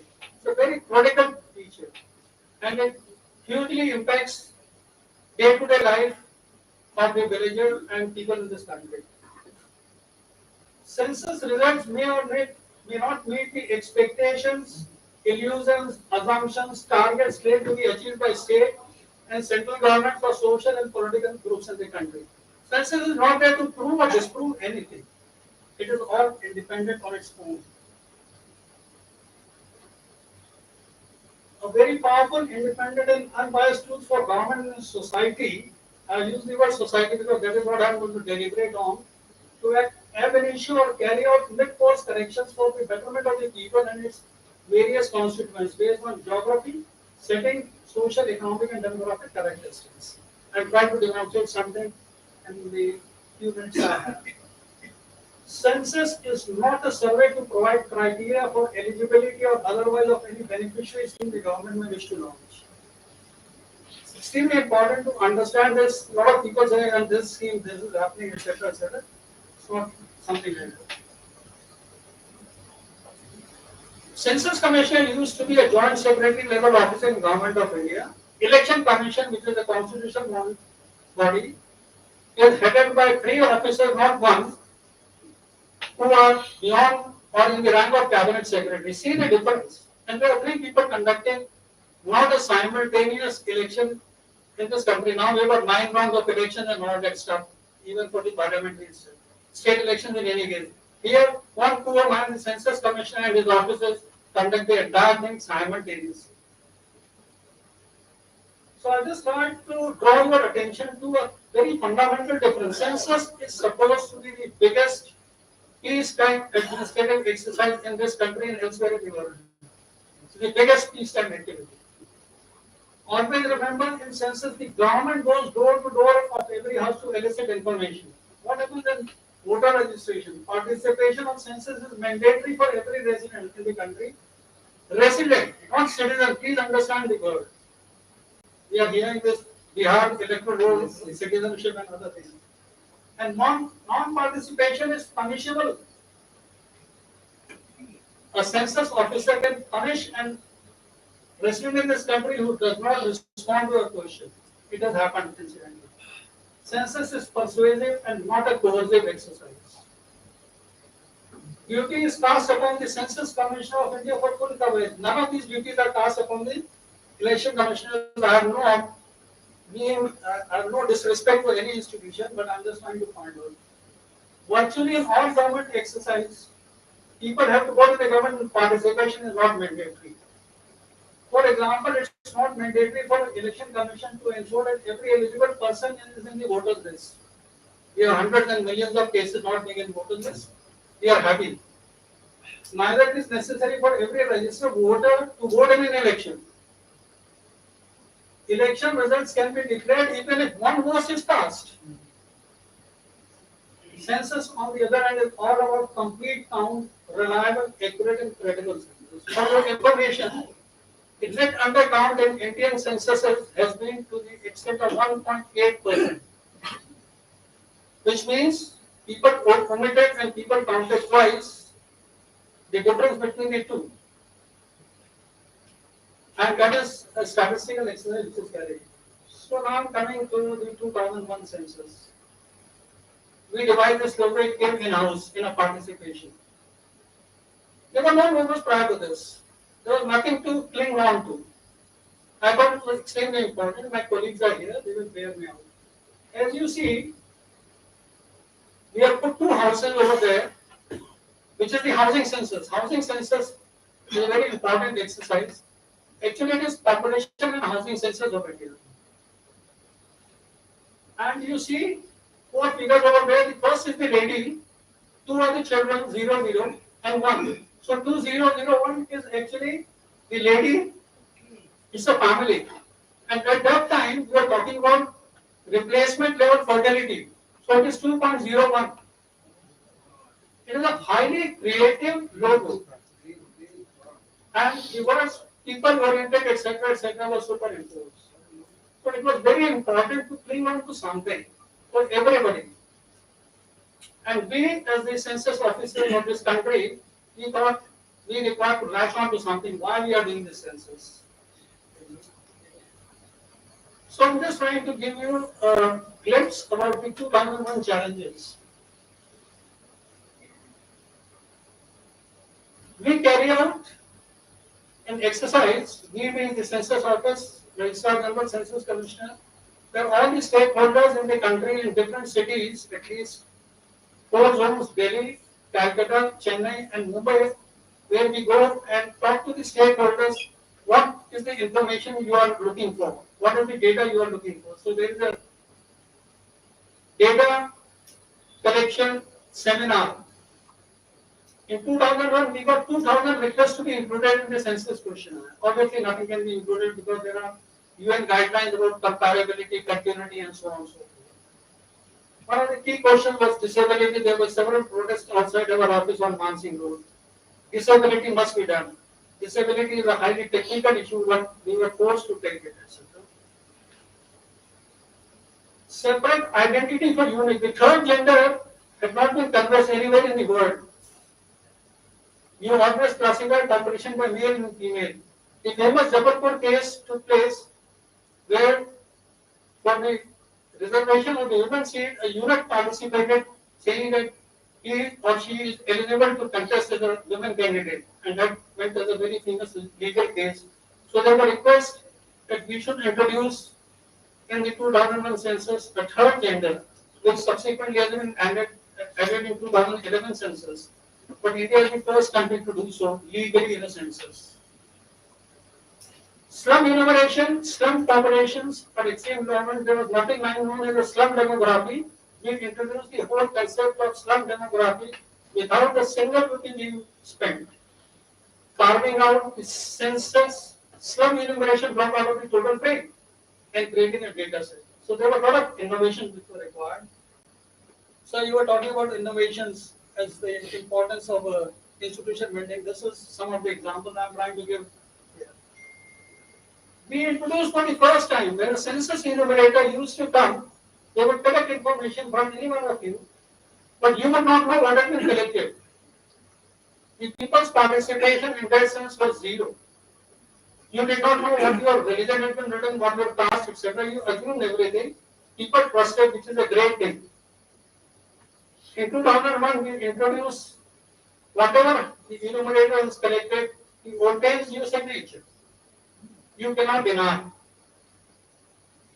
Finalizing and scheduling the census taking was extremely difficult in Jammu and Kashmir because 1991, because of the ground reality of terrorism, census could not take place. Same thing happened in 2001. We had to defer and continue the census for 4 months, from September to December.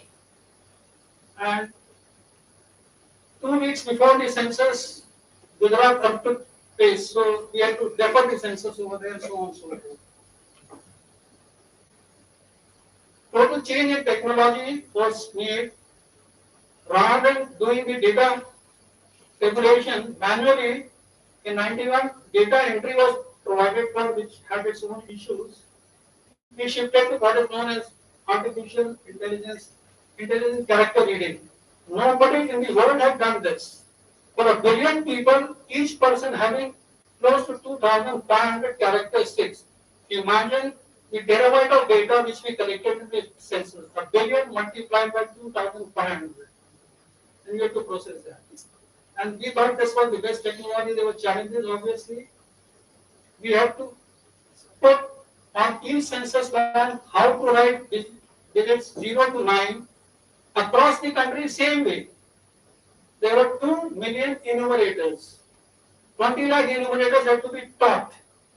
Some of my colleagues and myself, we sat down and wrote. Everybody was asked to do a practice sheet. We brought down the cost of data processing to less than 40 crores from 950 crores. Because we had to set up for data entry, around 66,000 people were to be recruited. It was all cut down. And promised to today's lecture, demystifying the census spatial data presentation, that is the GIS, which I'm going to talk more and more on. Census Commissioner has this extraordinary authority of freezing the administrative boundaries, asking all the states not to create a district, a town, a sub-district, a tehsil, a village. 1 year, 2 months before the census, 31st of December 1999 was in my time, and this time it will be, if the census goes in 31st December 2025, no state will be allowed to create any more districts. You have to freeze the boundaries. Lo and behold, I am the Census Commissioner chosen, but Government of India decided to create 3 states in 2000, in the middle of the census. So I went jokingly to the Home Minister, I said, sir, You put me a big challenge. You have to create new directorates, other things, a lot of things over there. So many new districts were created between 1991 and 2000. Around 139 new districts. You have to adjust data, create other things, spatial database, and so on and other things. I'm just trying to give you a glimpse of what goes at the background of the census before you do the enumeration. So I'm coming out to the most, in my view, one of the most important findings of the 2001 census.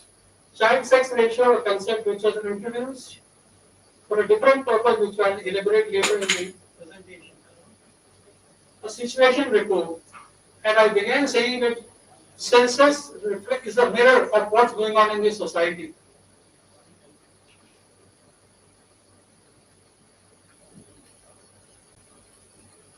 We complete the census on 5th of March. The 1st to 5th of March is the revival round. 21st of March, 16 days of conducting the census of this country, we come up with the provisional result. Nobody in the world does this. Nobody in the world does it. So these reports are of March 2001. And this is what I have written verbatim. It is clear that the sex ratio in the age group 0 to 6, sex ratio is the ratio of the male to female. That is what it is. It's a much faster pace than the overall sex ratio of the country after 1981. The decreasing sex ratio in the child population perhaps has a cascading effect on the population over a period of time, leading to diminishing sex ratio in the country. One thing is clear, the imbalance that has set in at an early age group is difficult to be removed and would remain to haunt the population for a long time to come. To say the least, demographically, the sex ratio of 927 of the population in age group 0 to 6 does not augur well for the future of this country. I have the courage of conviction to say this.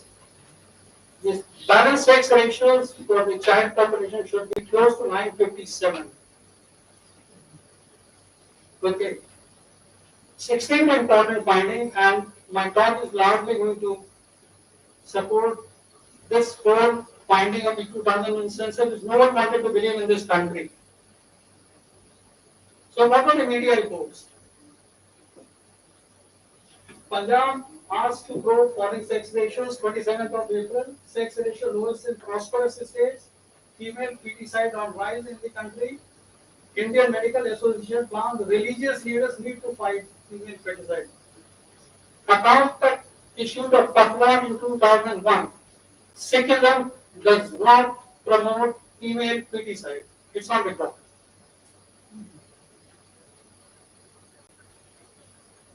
Major reason by planning counts and census is clergy's career and make an impact religious heads more than. I am the most hated person with the radiology community in this country. Implementation of the PCP and JT Act, etc., etc., is a long story. So now coming to a different point. In a billion population, everybody says I'm not counted. Everybody says literally. A social group, a linguistic group, a religious group, or primitive tribals, etc., etc. We cover the primitive tribals of Andaman through technology. It's a long story, only Mother Shamji is aware of that. On a moonlit night, we put coconuts in boats and bananas on the seashore. We move away the boats to about a kilometer with cameras on.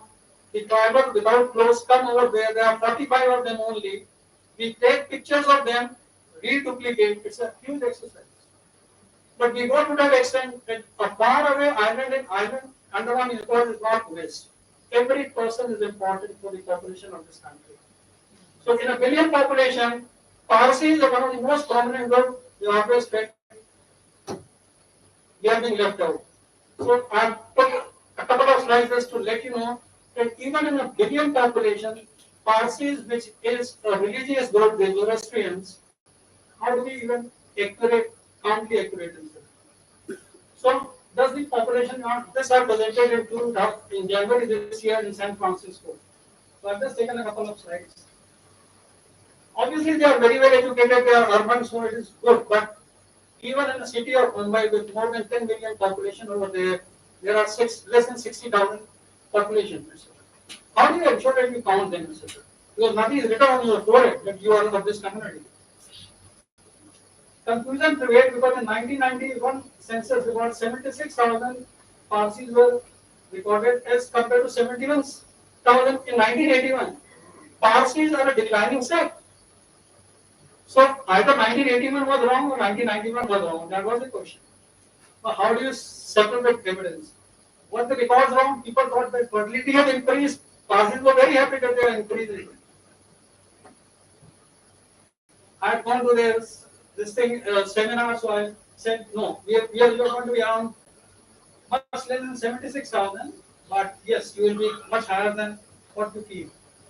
So this is the Parsi population in independent and India reconstituted from 1901. And as you will see, 1980, between 1971 and 1991, there was a drop of 20,000, 91,000 to 71,000. I put those percentages, etc. over there. There is an estimated population which is done based on some calculation. It should have been close to 86,000, but 71,000. So we did miss. It is not we do not miss. We may have missed not Parsi as a human being, but Parsi as a religious group. A person may be empowered with the wrong affiliation. So this is the answer to your migration, something which is known as balancing equation. Okay? What is growth? Population growth is estimated natural increase, that is birth minus death. If you assume zero migration, if you account for net migration, then you have to have net migration, which is in migration minus out migration.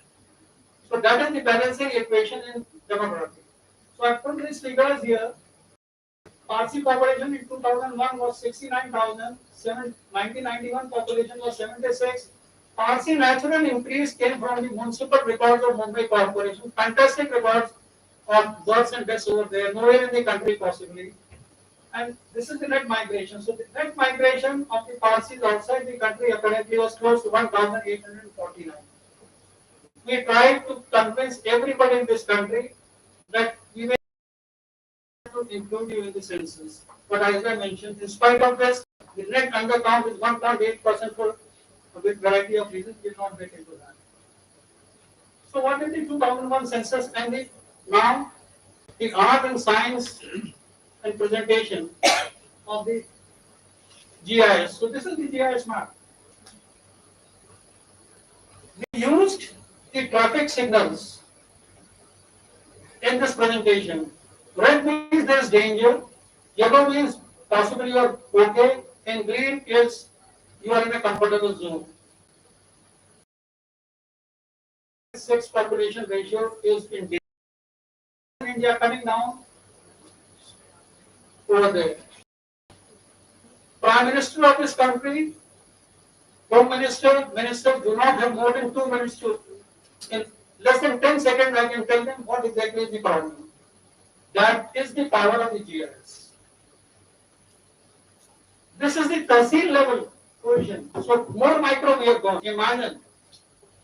This includes 6,000 Tehsils of the country on this map. That is what census GIS did in 2001, thanks to my colleagues like Madhav Shah. This is the Punjab situation between 10 years.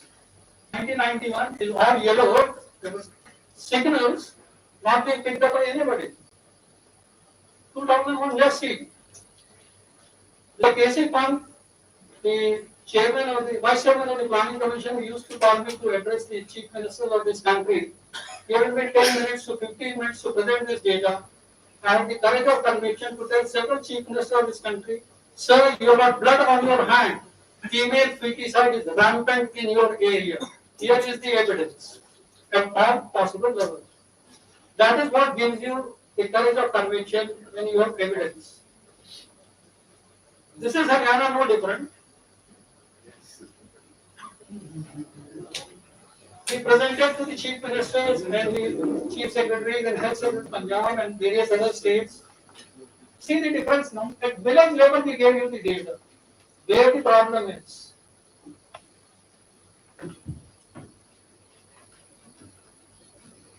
These were the 10 bottom-less districts in the country, Fatehpur Sahib to Ambala. You see Punjab, Haryana, interchanging. Alerting the country, what's going on. आप लोग सब लोग स्त्रियों को देवी बोलते हैं और करते क्या हैं? That was exactly the same. I want to use more hard word in this forum.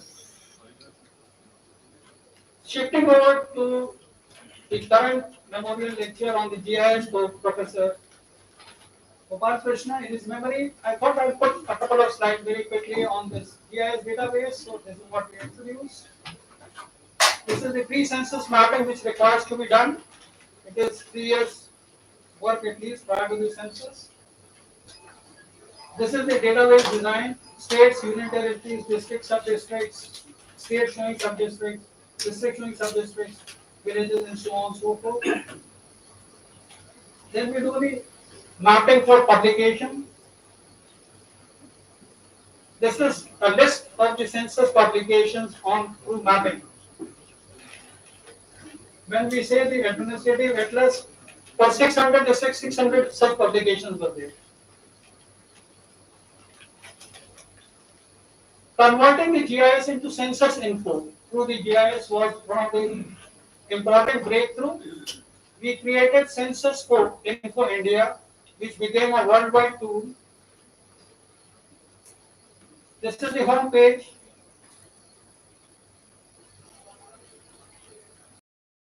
Demographic, economic, education, housing level. I'll give you some examples here. 3 different users categories. We just did, I used the word demystifying the GIS. That is what is demystifying the GIS.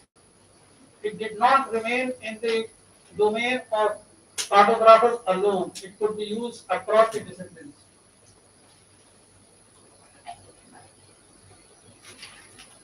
In less than 5 seconds, I can tell you 3 different situations. 1981, use of electricity. If you can just see, the darker the portion, lesser the availability of electricity. It takes me less than 5 seconds to convince the Prime Minister or the Minister of Electricity to convince what exactly is the problem. Female literacy, just see the improvement which has taken place. Darker the shade, greater is the illiteracy or lower the literacy. Wider is the shade, more and more people are getting educated. This is an example of Northeast. Various assets were there. Now coming to the core. So we developed the GIS for Punjab as well. Here is how it was done. And it allowed the district administration, my colleagues here in the directorate went to the district offices with the government of Punjab support to educate, data dissemination, data appreciation. Data appreciation is sort of a huge course which requires much effort to be done. This is the GIS Punjab page. So we get data at village level on housing, amenities and assets. And I'll give you a glimpse about how housing is impacted with the gender as well. So this is the Fatehpur Sahib district. Agricultural laborers come from Bihar and other places in Punjab. We gave all this. This is the sex ratio at village level in Amritsar and Kapurthala. And as you will just see, Kapurthala, the district is not continuous. The government was somewhat surprised to understand that the district is not continuous. They have to travel to another district in between. So this is the census GIS map stocks. Then we put it on the internet, absolutely free. Anybody can use it. This is with the Honorable Home Minister releasing, and the person who helped us, Mr. Kamal Pandey, the then Home Secretary, became the Cabinet Secretary, is there. This is the team. So how does census results impact? I'd like to give you a glimpse very quickly. They make fundamental changes in the policy and programs and give new directions to social service. For example, we have been talking about the girl child. One of the most significant contribution has been on the issue of the girl child with the governments of the day, the society at large, including professional, social, political, and religious leaders, refused to believe They would fight with me, your data is wrong, your data is wrong. You have undercounted the women. That would be the challenge. I would produce the signed copy of the आपने भरा ये census form. So that is the important point. It's what we have been discussing. The Beti Bachao Beti Padhao program is a direct manifestation of the 2001 census results. So this is the gender perspective. There used to be huge talks on this. So I'm trying to summarize this slide. This is the key finding on the gender perspective for the 2000. How she lives. How is the lady of the house affected? 110 million households, 56% of the household. Household is the family, for simple. Material of the food is mud. When we went to Haryana, the modern daughter-in-law would not allow a 10-month or a year-old child to crawl on their infection आ जाएगा. ससुर जी इसको tile बनाओ. This is the sort of social impact it had when we carried on. I'm talking about the floor only in this country. Data is pretty simple. How you interpret, how do you use it, how do you want to understand it. There was a question on married couples. They did not have an independent bedroom, and we were talking about family control and family planning and other issues and the privacy issue. 40% villages of India, you go, there's a single room. There's nothing concept of a bedroom. And therefore, I put this basic housing to conventional housing. What is the basic housing? Definition of basic housing? What is conventional housing? Census looks very innocuous. You put the facts together, it's the most powerful tool you can ever imagine. Drinking water. The definition of source of drinking water for villages and in urban areas has moved from 1.6 kilometer a mile in 1980s to less than a kilometer to at source, and now 24/7. Direct finding from the census is away, that is more than 1 kilometer away for 32 million households. Who fetches water? The women, the pregnant women on her head, not the men. That is why how she lives. Toilets not available. अभी तो हम लोग स्वच्छ भारत की बात कर रहे हैं. I'm talking about 2001 when we presented the data to the Honorable Prime Minister, etc. We said 102.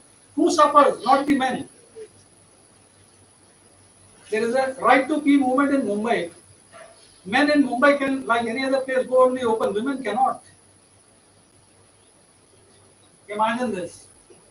Biofuel. Who cooks? खाना बनाने समय फेफड़े की बीमारी तो घरवाली को ही होनी है. Simple data, very powerful bio and health indicators. Independent kitchen not available. The concept of the house in India does not include bathrooms, kitchens, etc. It was only a living room in major. Imagine a like Mumbai. I'm not talking about villages. You will say कि मैं गाँव के बाहर हो गया. Mumbai lives in slum 60%. Do you have a bathroom? Do you have a kitchen in a slum? No. 60% of Mumbai, the most important city in this country. When shall we move from basic housing to conventional housing? The last few slides, it's almost 1 o'clock. Policy implications, I've tried to summarize, summary of summaries, the elixir in some sense. Right from independent India's 1951, I mentioned about Professor Gopal Krishan, the brilliant ICS officer who was the secretary to the Bengal Famine Commission. The most famous famine in the 20th century is 1943-44 Bengal famine at the height of the Second World War. No work has been done. He became the census commissioner, subsequently became the chief secretary of Tamil Nadu, then Madras, and introduced the family planning program. In the 1951 report, he wrote a full chapter on improvident fertility. In 1951, Mr. Gopal Krishan talks about women having not more than 4 children. 1951. That is the foundation of the Family Planning Association of India in this country. The linguistic basis, 1956 is based on the 1951 census. Housing and amenities data, which was added in 1961, became the quality of life indicator. The concept of census town, all the geographers here and administrators, it is in the domain of the state government to classify an administrative area, rural or urban, based on a revenue notification of a village or a municipal notification at the municipality. Census introduced the concept of census town. These are villages which are having urban characteristics, three of them. Population more than 5,000. The population density should be more than 5,000.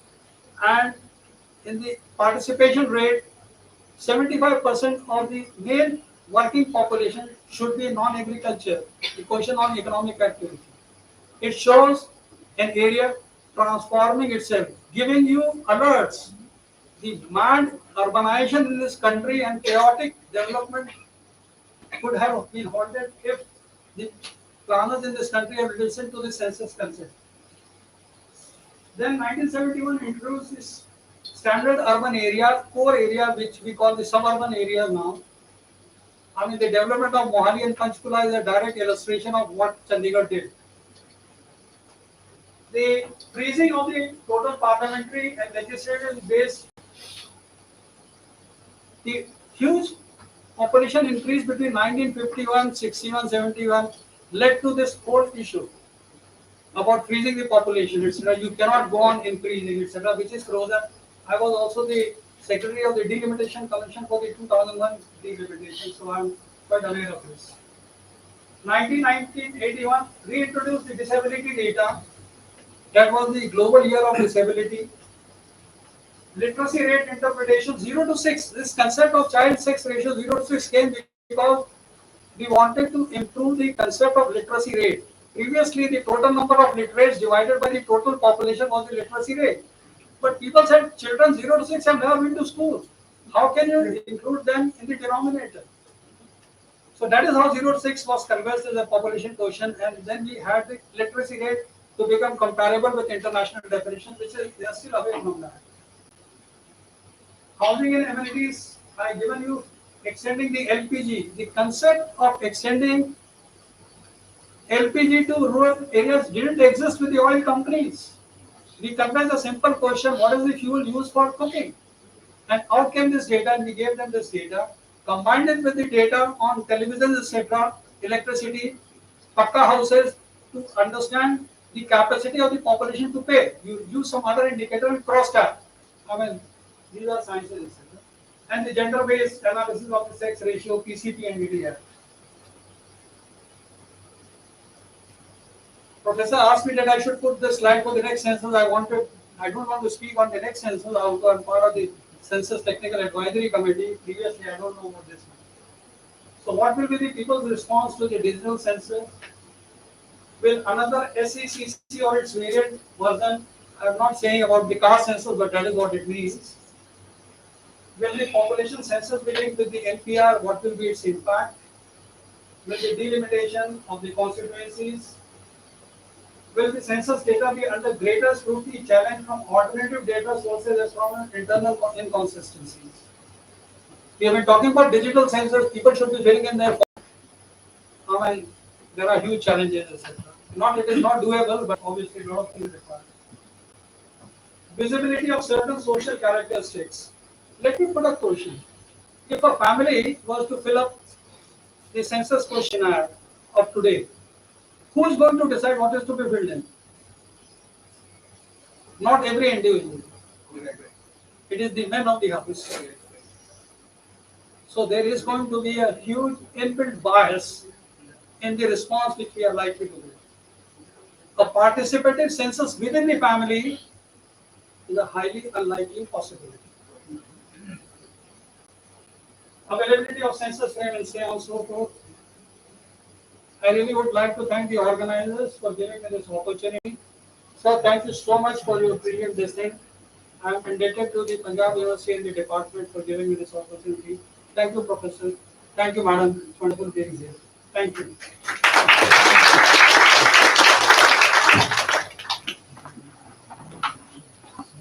Thank Thank you, sir. Thank you, sir, for your enlightening words and for gracing this occasion with your presence.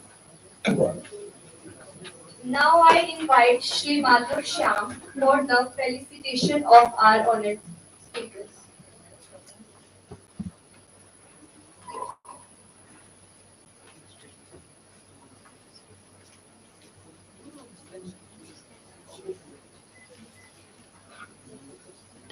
Firstly, I request him to felicitate our respected chief guest, Shri Jayant Malhotra, with memento and show.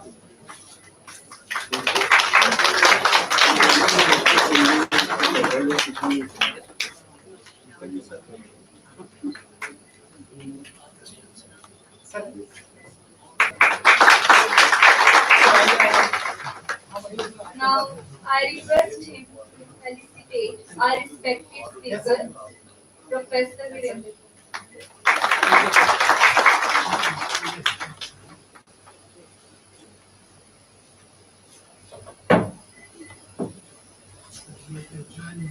Yes, sir. I'll do that. Let the picture be clear who will be participating.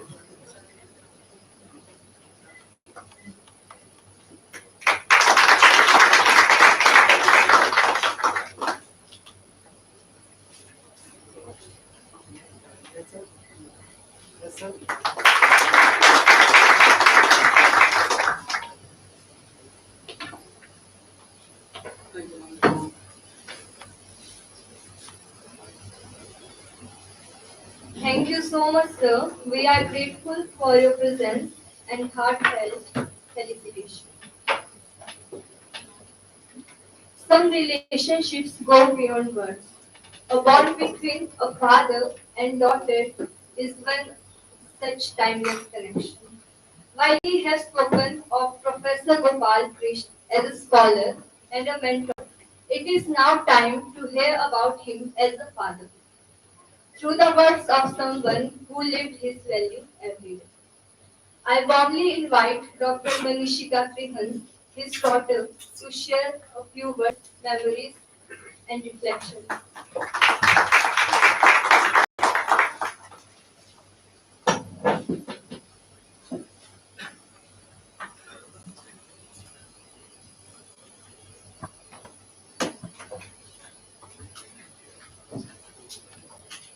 So good afternoon, everyone, and thank you for coming in today. It means a lot to our family that you all came here to pay tribute to my father, Professor Gopal Krishan, whose unwavering values and quiet strength inspires us even today.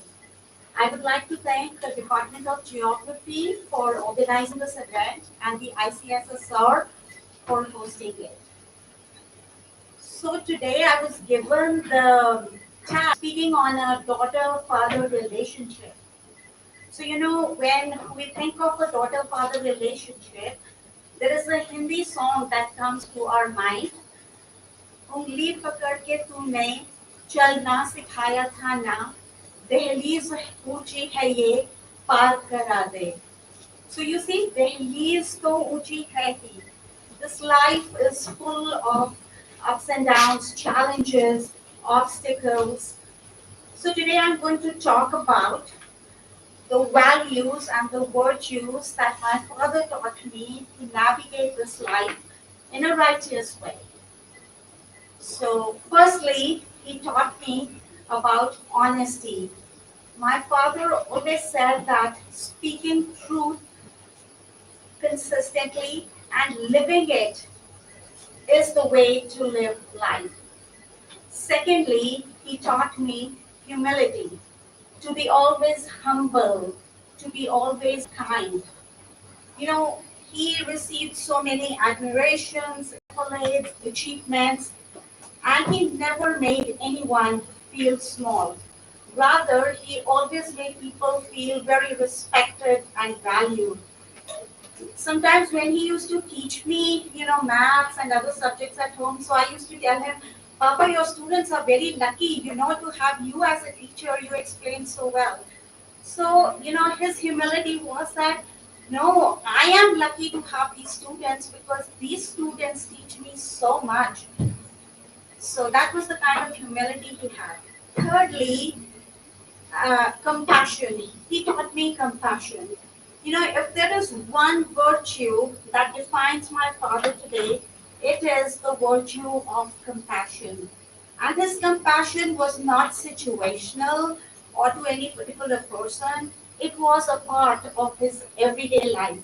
And he always used to tell me to do random acts of kindness. I would like to give a small example. During his last visit to the US, that was in 2022, he was weak physically. So we caught this 15-hour flight. We reached Dallas, and Dallas is a very big airport. So in order for us to go from one terminal to the other, you have to catch a train. So we caught the train, and the train was full of people. Somehow we procured a seat for him. We all were standing. But when he saw another elderly gentleman, he just stood up and gave his seat to him. So that was the kind of compassion he had even when he was not in a very robust state of health. Fourthly, he taught me benevolence, the art of giving, whether it is in terms of time, money, resources, energy. Fifthly, he taught me positivity, to be always positive in life. He used to say that no matter what the situation is, every situation has something to teach us. Sixthly, gratitude, shukrana, not for the big things in life, but for daily things, like work, family, shelter, food. So, next, he taught me patience. He always used to say that patience is not a weakness. Patience is a strength to stay calm, quiet, and just let life unfold itself.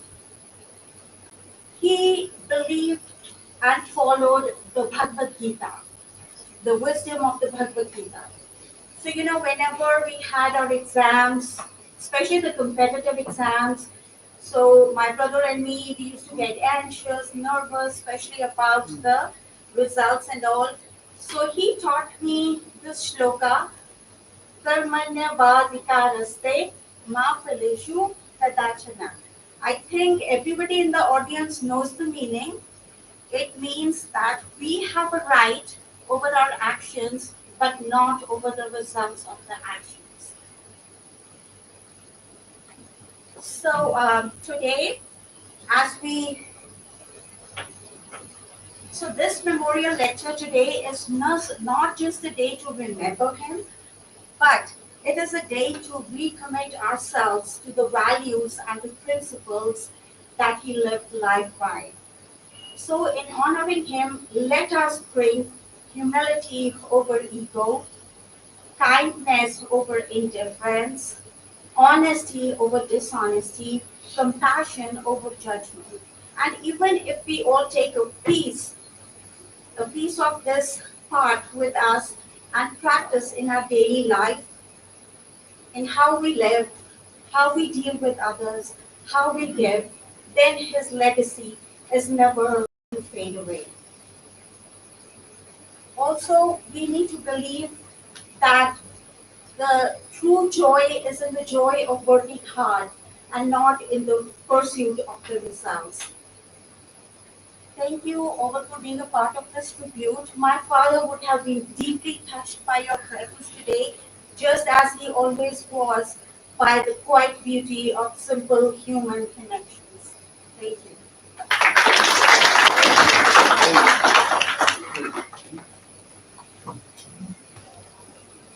Thank you so much, ma'am, for your heartfelt words. As we continue to honor the legacy of Professor Gopal Krishan, it gives me great pleasure to announce the Professor Gopal Krishan Merit Cum Day Scholarship, an initiative to support and encourage deserving students in the field of geography. This year, the scholarship is being awarded to two students, Miss Nandini, MA Geography first year, Mr. Ajay, MA Geography second year. May I now request Professor Latika Sharma to kindly come forward and present the scholarship.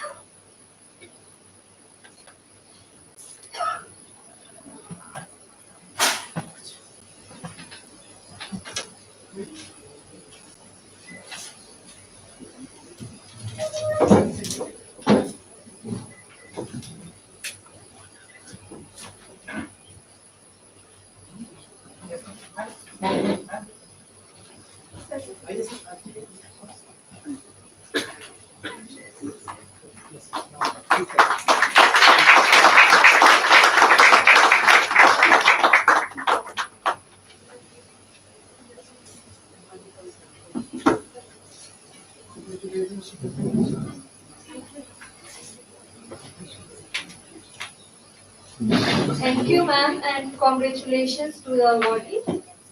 Now I request Dr. Vishnu Bandhu Singh to kindly deliver the vote of.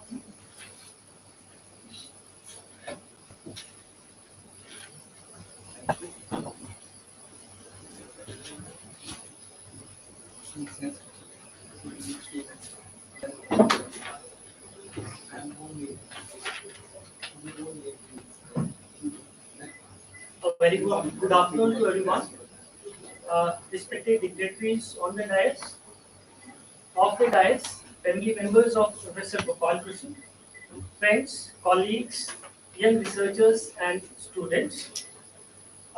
Professor Gopal Krishan, a noble soul and a legendary who inspired generations of geographers, geography students, and researchers. We cannot thank enough Professor Gopal for his contribution to the discipline and setting standards for academic excellence and research.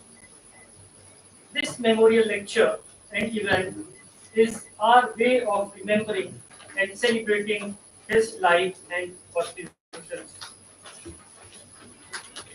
We would like to place on record our sincere thanks to the Chief Guest, Shri Jayant Kumar Bantiya ji, former Registrar General and Census Commissioner of India and Chief Secretary Maharashtra, for giving us an expert insight to the essence of census operation and data. We are beholden to Professor Virendra Kumar, Professor Emeritus, Punjab University, and Speaker of the Day for sharing his words of wisdom and putting words to our feeling for Professor Gopal Krishan. Sir, he was indeed a silent institution and, in fact, an institutional builder himself. The presence of stalwarts in this room speaks volumes of goodwill and respect Professor Gopal Krishan brought. We place on records our thanks to honorable judges, bureaucrats, and distinguished alumni of Punjab University. We are thankful to distinguished professors from various departments of Punjab University and many other institutions. Special thanks to Professor R.C. Charna and Meher Singh sir, uh, who served together with Professor Gopal Krishan for over 4 decades. I also thank the students of Professor Gopal Krishan for being here today and carrying forward his legacy. Our sincere thanks to students, researchers, faculty and staff, members of Department of Geography who helped in making this event a success. We also acknowledge the support of ICSR Northwest Region Punjab University Chandigarh for providing us the venue and necessary infrastructure. At the end, Geography Department extends a sincere thanks to the family of Professor Gopal Krishan. Your sacrifice and support not only shaped his life, but also charted a success story for this department and the university. We are and we will be indebted to you forever. Once again, we extend our sincere thanks to each and everyone present here today for gracing the occasion, remembering our beloved teacher and celebrating the mission that Professor Gopal Krishan envisioned for geography. Thank you so much.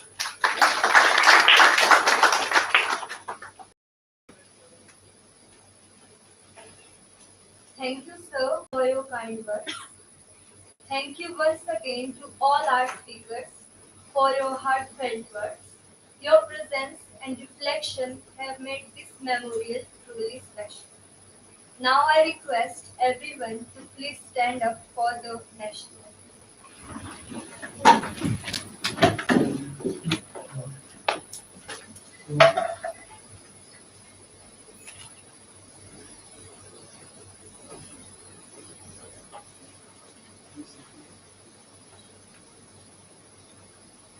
जनगण मन अधिनायक जय हे भारत भाग्य विधाता पंजाब सिंध गुजरात मराठा द्राविड़ उत्कल बंगा विंध्य हिमाचल यमुना गंगा उच्चल जगत तरंगा तब शुभ नामे जागे तब शुभ आशीष मांगे गाये सब जय गाथा जन गण मंगलदायक जय हे भारत भाग्य विधाता जय हे जय हे जय हे जय जय जय जय।